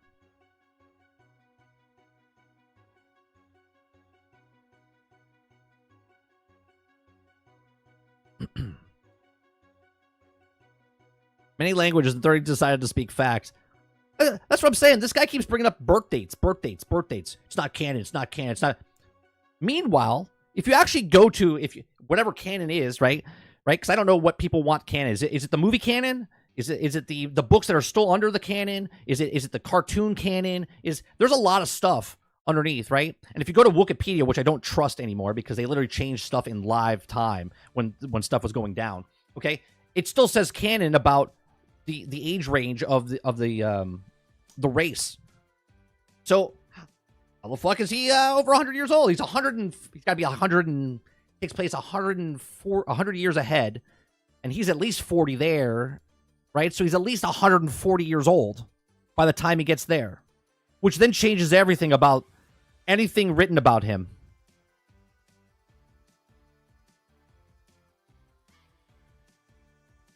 How about Nick Cannon? It's just frustrating, right? Because these people are like, I don't pretend that I'm a Star Trek fan, but I'm not a diehard Star Trek fan. So I would never ever argue with someone with Star Trek because I don't know enough about Star Trek to argue the point. Okay, but if I say, well, I like Star Trek, and someone goes, well, this is canon breaking, I'd be like, well, no, it's not, because I like it. Like, that's just stupid. Okay, like if the person knows the story and knows the backstory, and the reason they like the story and the reason they like the backstory is because it's an actual story. It's been around for fucking 40, 50, 60 years, and then someone comes along that's born like yesterday is like, I like Star Trek. I don't understand. You guys are just hating. No, we're just pointing out that this is canon breaking. It's not canon breaking. He's never said that he saw a Sith. No, you don't understand. It's not about not seeing the Sith or not. It's canon breaking because the dude shouldn't be alive. Well, it's never been canon that they said that he's alive or not. Show me where they put it in print. Well, I would, but the people that had it changed it. So, yeah, so I can't show you anymore. Right? So I guess in real life, if something terrible happened, like World War II, and I just tear the pages out, I guess it doesn't exist anymore, right? Because it's not canon, because I wasn't there. Like, what are we talking about? Well, these are fake stories, and it's not real. You need to calm down, 30. These are just, yeah. No, I understand. But the reason people love these stories so much is because there's backstory. Right? It's not about just making a character and then that character in the background. Well, what is that race in the background? Well, that race in the background is this, and this is what they do, and this is where they live, and this is where they came from, and this is what they do, right? Like, that is putting foundation down for stories because we want to live in fantasy. We want to adore what's being said, and if nothing matters, then why am I watching the show, right? You have to put foundation down and then build up the characters, and I'll be like, oh, okay, so this guy's this. Because if there was no backstory to these, then there wouldn't be foundation. If there wasn't foundation, then I don't give a shit about anybody. Right? Then it turns into a Fast and Furious movie. The first two are fine. Okay? The rest are just action flick, throw popcorn in your face, and I don't care if Dom is from outer space now. It doesn't matter.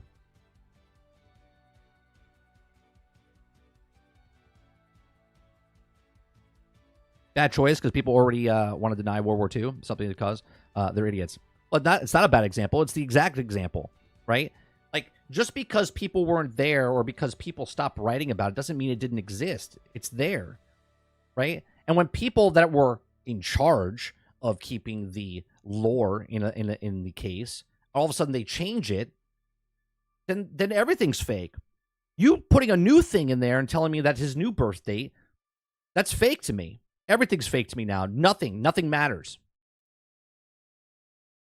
That's why, in fact, how history works. Remove the page. It never happened. Exactly right.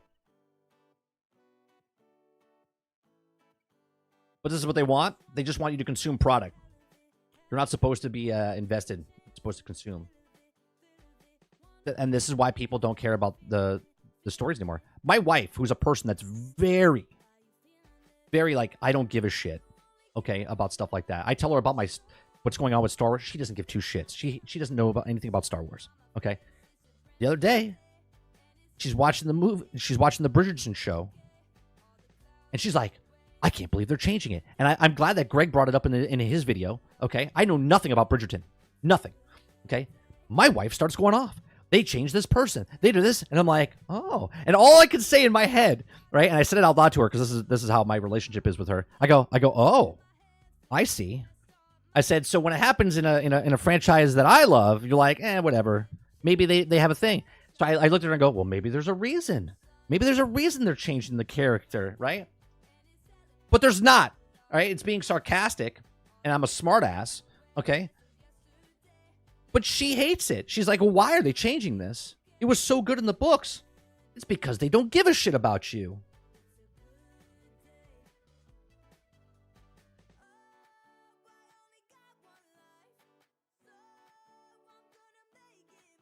Bought the books, buy the things, whatever, right? Doesn't matter what franchise it is. Okay? I want to see these people that are going out and buying all the toys, because I'll tell you what, no one's going out and buying toys. Okay? No one's buying the toys. No one's buying the comics. No one's buying the books. You go to a bookstore, you can go to a toy store, you can go to all the things. Star Wars sits on that shelf because no one's buying that shit.